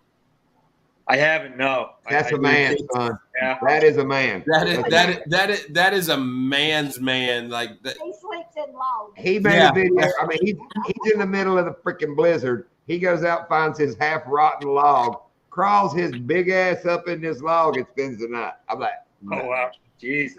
That's. he's yeah. always butchering, killing, cleaning, Yeah. eating. And he's such and like he's like such a burly some bitch, but he's just the nicest guy. You like. He's so like. I'll tell you, the first video I Love ever him. watched of Love him, him. he was launching the fish hook from a Nerf gun.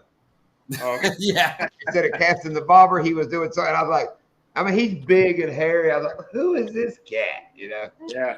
Exactly. That's cool. I gotta check that out because And what he did last year, One of cut the his first thumb videos off. I ever saw of him when I first found Backwoods, he was doing this like I forgot what he called the series. It was something about like coffee in the woods or something like that. He was Something in coffee. Yeah. Yes. Every morning. Yeah. Yes. Oh my God. I saw that that's how I found him. And when I saw that, I was like, I love him. I was like, Now, this he is goes- awesome. He would be sitting in the middle of the woods somewhere and get his stuff out and make his little fire and make his cup of coffee with just sit there and don't be blushing. Ain't nothing like an 8-man blushing.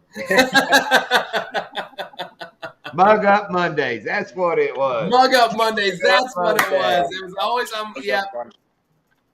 That's pretty good. I gotta check that out. He's a cool cat. He's awesome. But like I said, was it last year about cut his thing? He's always got these big ass axes and Viking big blades. He's cutting. Yeah, it was about a year ago. He almost cut his hand thumb off. off, his hand off. Yeah. Some shit he about whacked off. Oh jeez. About whacked off. That made me laugh. And isn't it awful that we say it made us laugh? Like, we Yeah, love I know, you. right? It was funny when you almost cut your hand off. Yeah. And Yeah. Corey, I couldn't lay my hands on that card, so I booked the trip on your website that just says it's me and my phone number. Okay, that's fine. So don't Don't look worry. and say, "Score, we got a trip." Because I ain't going nowhere. That's cool. I will definitely. I remember that for sure. I couldn't find just your email address, so I thought, hell, what's this clicky do? Yeah, that's Book fine. a trip. I said, that's me. Yeah. No, No well, worries. John, I can send you Corey's email. I done booked the trip. We're good. Oh, okay, all right, we're good. I'm back. What's up, Eddie? And Eddie, I will not forget your name because now it's stuck to me. Wasn't the Iron Maiden mascot dude? Wasn't Oh, that? yeah. Bruce? Oh yeah, Yeah. I got that hair, man. Yeah. Hey, I feel you, brother. You got it, man. I'm not getting a haircut until I'm gone. That's it. I'm That's not all. either. Oh, I had to cut mine. I cut about 4 feet off. Yeah, well, they're probably not there watching video. I've never been able to grow my hair out like ever. It just because I'm Italian. I'm Italian, so all it does is Italian afro. It grows out, not long. That's all it does. So I put stock filters on mine. It just grows and grows and grows. But I'll tell you something, man. We got to get together. This is it's I sent you my phone number like within the next 2 weeks it's gonna happen. Yeah, exactly. Corey, if you're down, I'm down next weekend. This weekend's shot for me. I got my girls. There's birthday parties and but like next weekend I'm down. So make it convenient for everybody. If you can't come down and do it, let's just make sure we keep in contact. Yeah, I love you guys. The show is great, man. Thank you. It's a phenomenal thing, and I appreciate you having us on there. Yep. And very appreciative. What you mean, Eddie? One of the biggest things for me, Eddie, about tonight was when I saw the piece on WPTV. Right. With you and Corey going on there, and then when I was kind of going back and forth with Corey on Instagram, texting. Yeah, we haven't seen it. Yeah, I really kind of wanted to. That was like I wanted to clear the air about that because I knew Corey wasn't happy about that, and that was like one of my big things was like I really want to like talk about that because I know a lot of people here in the area watch and it's just like that. I knew that was kind of, for lack of a better word, bullshit, the way that story ended up coming out, I called Channel 5 today, WPTV, and I called them and I said I was really disappointed in what happened with this series, you know what I mean? And we didn't even get a chance to see it, my son and I, as into taking out somebody, taking a day off of work, doing that. Not that we don't mind doing that because that's our job, but presenting it, and we haven't even seen it, having a chance to view it. So, anyways, there you go, Doc. I was going to tell you, please read Anti's comment. I know. I wasn't trying to go through Anti. I didn't bring it back up. So you ready to post anything? Have you? Do you guys when you guys watch a show? Do you guys like? I always try to put up Anti stuff. Anti-Adjack he's a mystery wrapped in an enigma inside of a conundrum. We don't know who he is or what he is. Or where he is. We don't know where he is, what he is, but he is one of the most awesomest enigmas on YouTube. Like Anti is awesome. Yeah, I like that word. That's a good word. And Anti always has like such awesome, like weird Florida facts. And he always like. Oh God. He does this like every week. There's a lot of people breaking that law. Yeah. Oh yeah, guaranteed, John. But Anti's the best, dude. And he is such.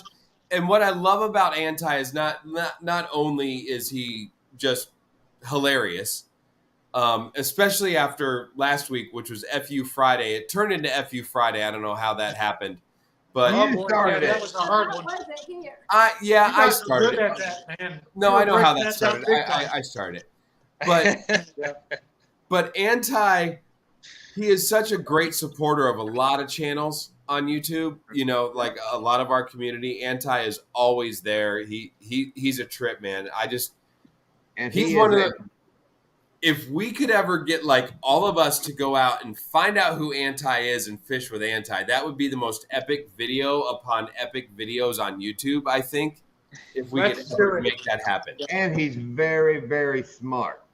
Yes. Oh, yeah. Smart, man. Yeah. Well, that's why he's unknown. Right? Exactly. I think he lives in Florida. Exactly. I think it might be Donald Trump. I think it might be Donald Trump, actually. Oh, yeah. It could be. Hey, John, do you have a jack plate on your back of your tracker? Nope. We were going to put one, but I can get up in 1.5 feet of water. Yeah, I know. I watch your boat, man. It's really super cool because I got a G3 and we get out of the hole in a heartbeat, but sometimes we have a problem. That just shows, a light boat and almost too much horsepower will get you up out of them holes. Yes. Yeah, it definitely will. Yep. That's for sure. And a lot of people, dude, I love to watch any of these fiberglass bass boats that run like a 150. Sure. In that class, I smoke them, and they hate to get passed by two people on a tracker. Oh, I know. You hate it with a passion. Yeah. Now, once you get into the 200s, I Yeah. can get them on takeoff. Like Chatterbait Kenny, I run off. I'll leave him on a takeoff.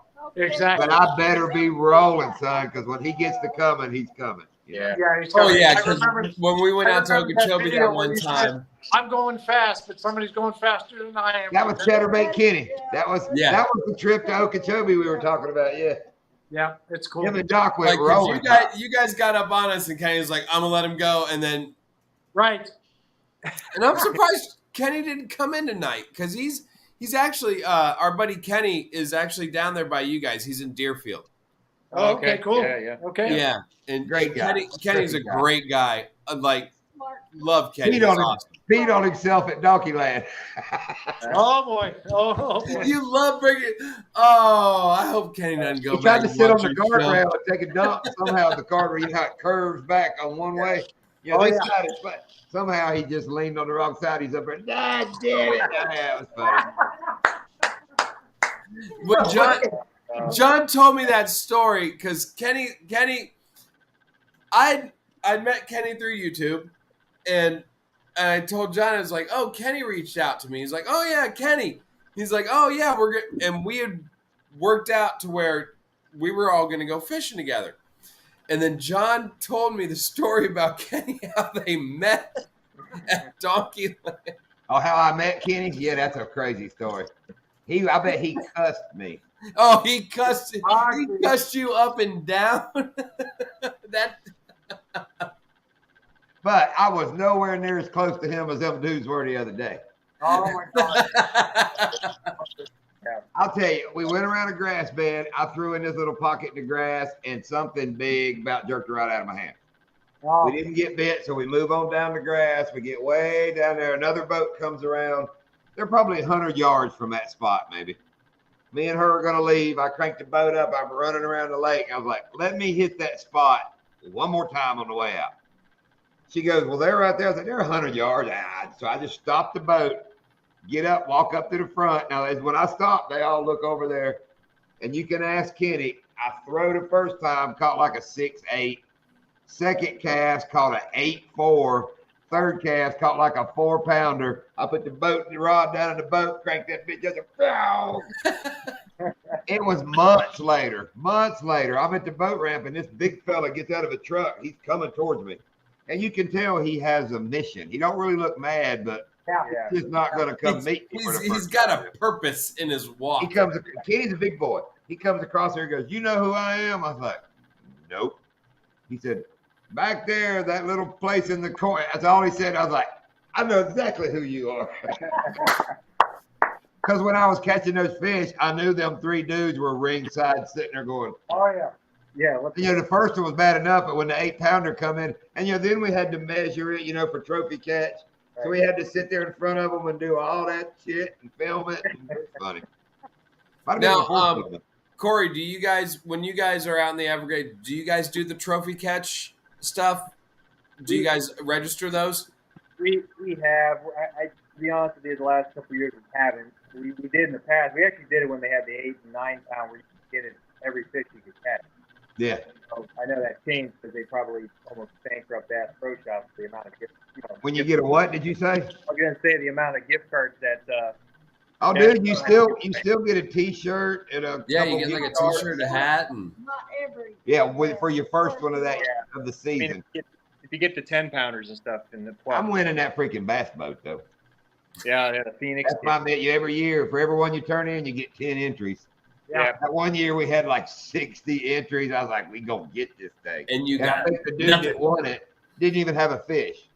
Because Do if you you guys just ever go to ice What? cast? Yeah, have you gone to ice cast? We haven't been. no, but I want to No. go to IGFA. Yeah, Yeah. because the big boat is there for the year. You know what I mean? When you Yeah, go they there, have that ICAST. Yeah. and FWC's there, and they show you the boat and stuff like that. Yeah, it's a cool boat, man. It's a Yeah. nice Two places I want to go, and I hate that this sounds so bad, but I want to go to ICAST. I want to go to Roland Martin's funeral. Thank you. And I won't comment on that.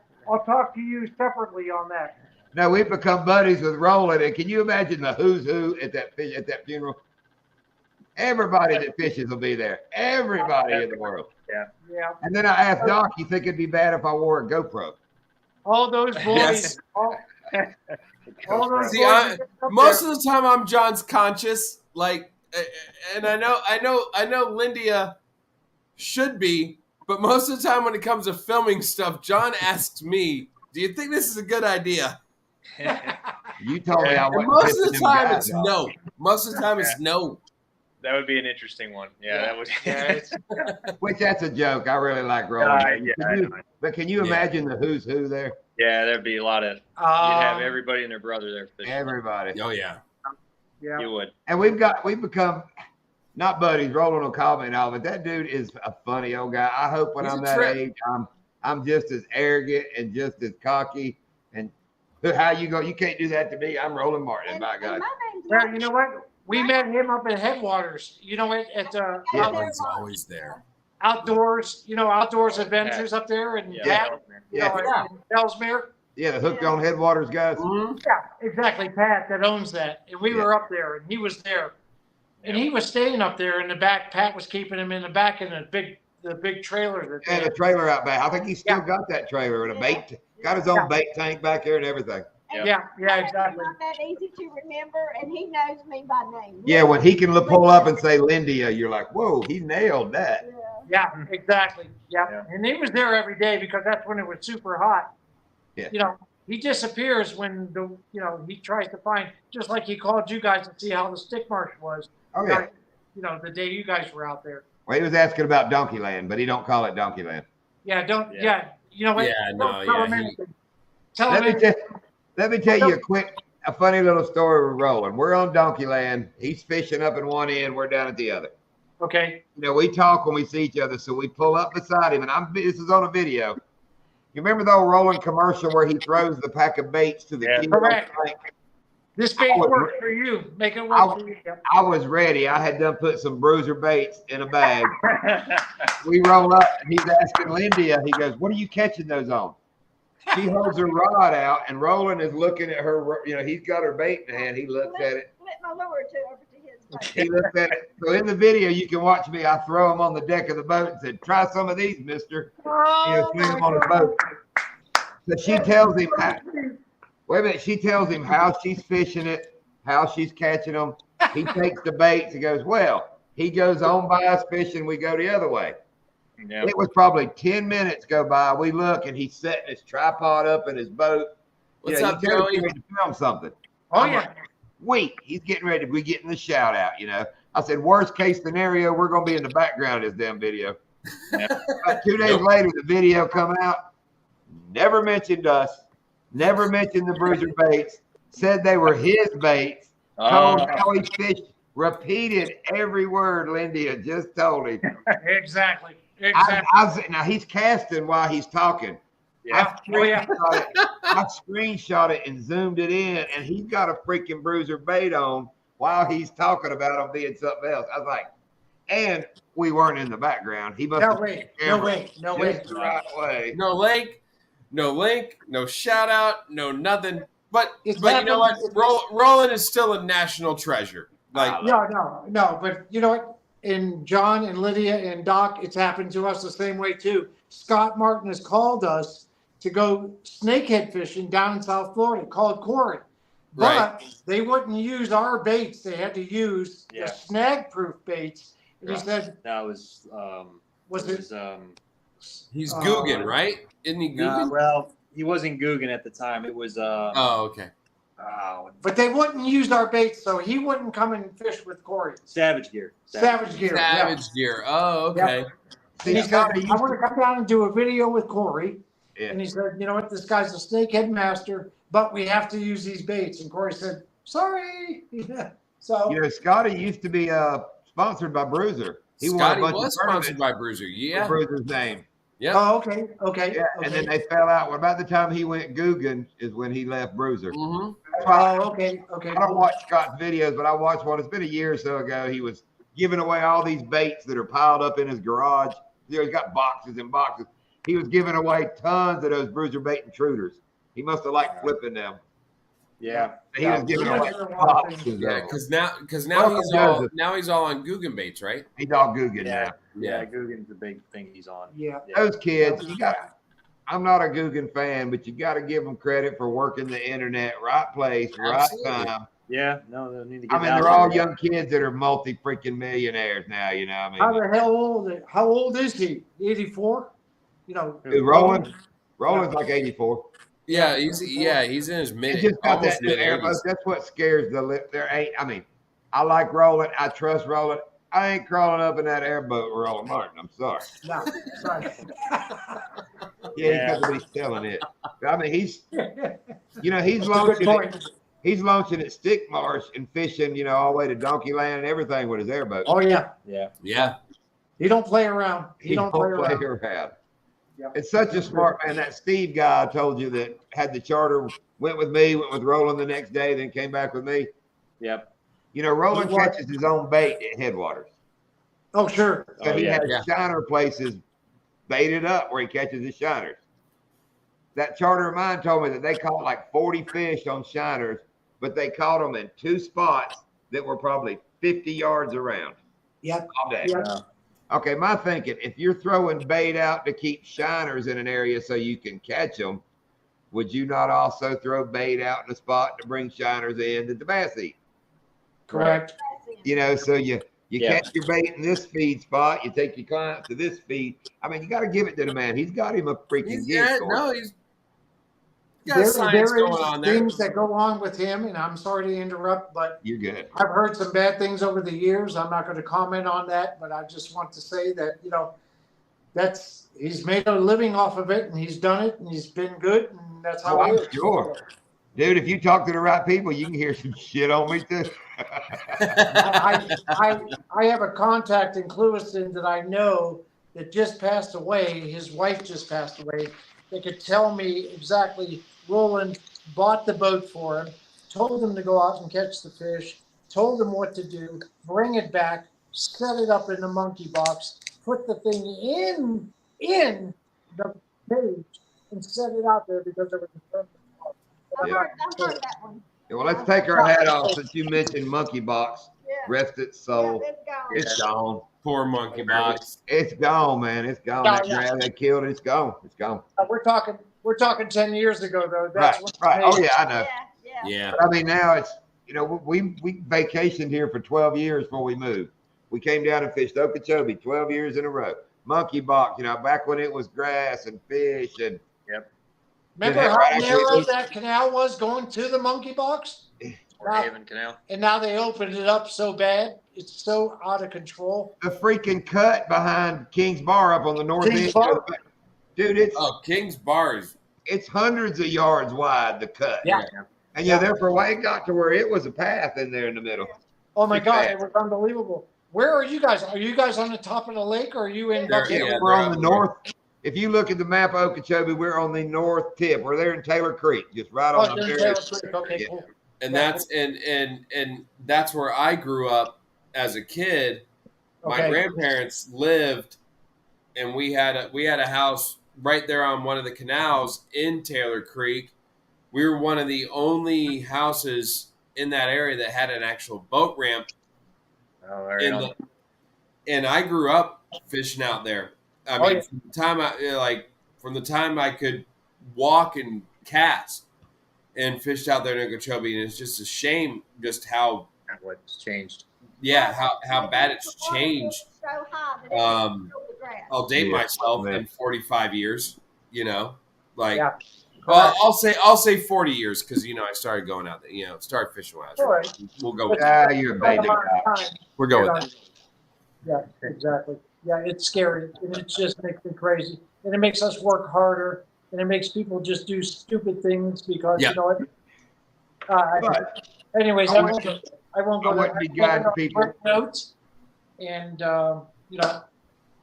you guys have been absolutely awesome. I wouldn't be guiding if it wasn't for Okeechobee being shitty. I mean, I love Donkey Land. True. People ask, why do you drive an hour and 15 minutes? Who cares? We would spend that time on Okeechobee just finding fish. I mean, just looking Right. for a place Yeah. to fish, I can run up to Donkey 100% Land agree. and drop the trolling motor and it's on. It's home from right there. But Yeah. guys, it's 10. We're gonna jump off here. Hey, John, Yep. real quick, has there been a lot of people on Donkeyland? Nobody. Nobody? Well, because I love- it's been the clogged. canal has been so clumped up, and But you you're know, coming when? When are y'all coming? We're coming the 12th, the 13th, the 14th, and the 15th of October. Okay. See, that's before snowbird time, so you're good. you're good. I'll be You know in what? touch with you. Yeah, I told Corey that I just booked the trip and left you my phone number. Just shoot me a Super. text. Yep. I'm But going to give you and Lydia a call and Doc, man. You guys have been great. we appreciate you coming up. Well, we voting appreciate Andy you as a new coming up. member. It's been a lot of fun. And Corey, I can't wait. Corey, you got my number, but I'll shoot you a message, and maybe we can hook something up for, if not next weekend after or something. We'll try and get something up with John and Lydia, and we'll do some Snakehead and Peacock down this way, and then we'll And Doc, when they motor come up up, their way.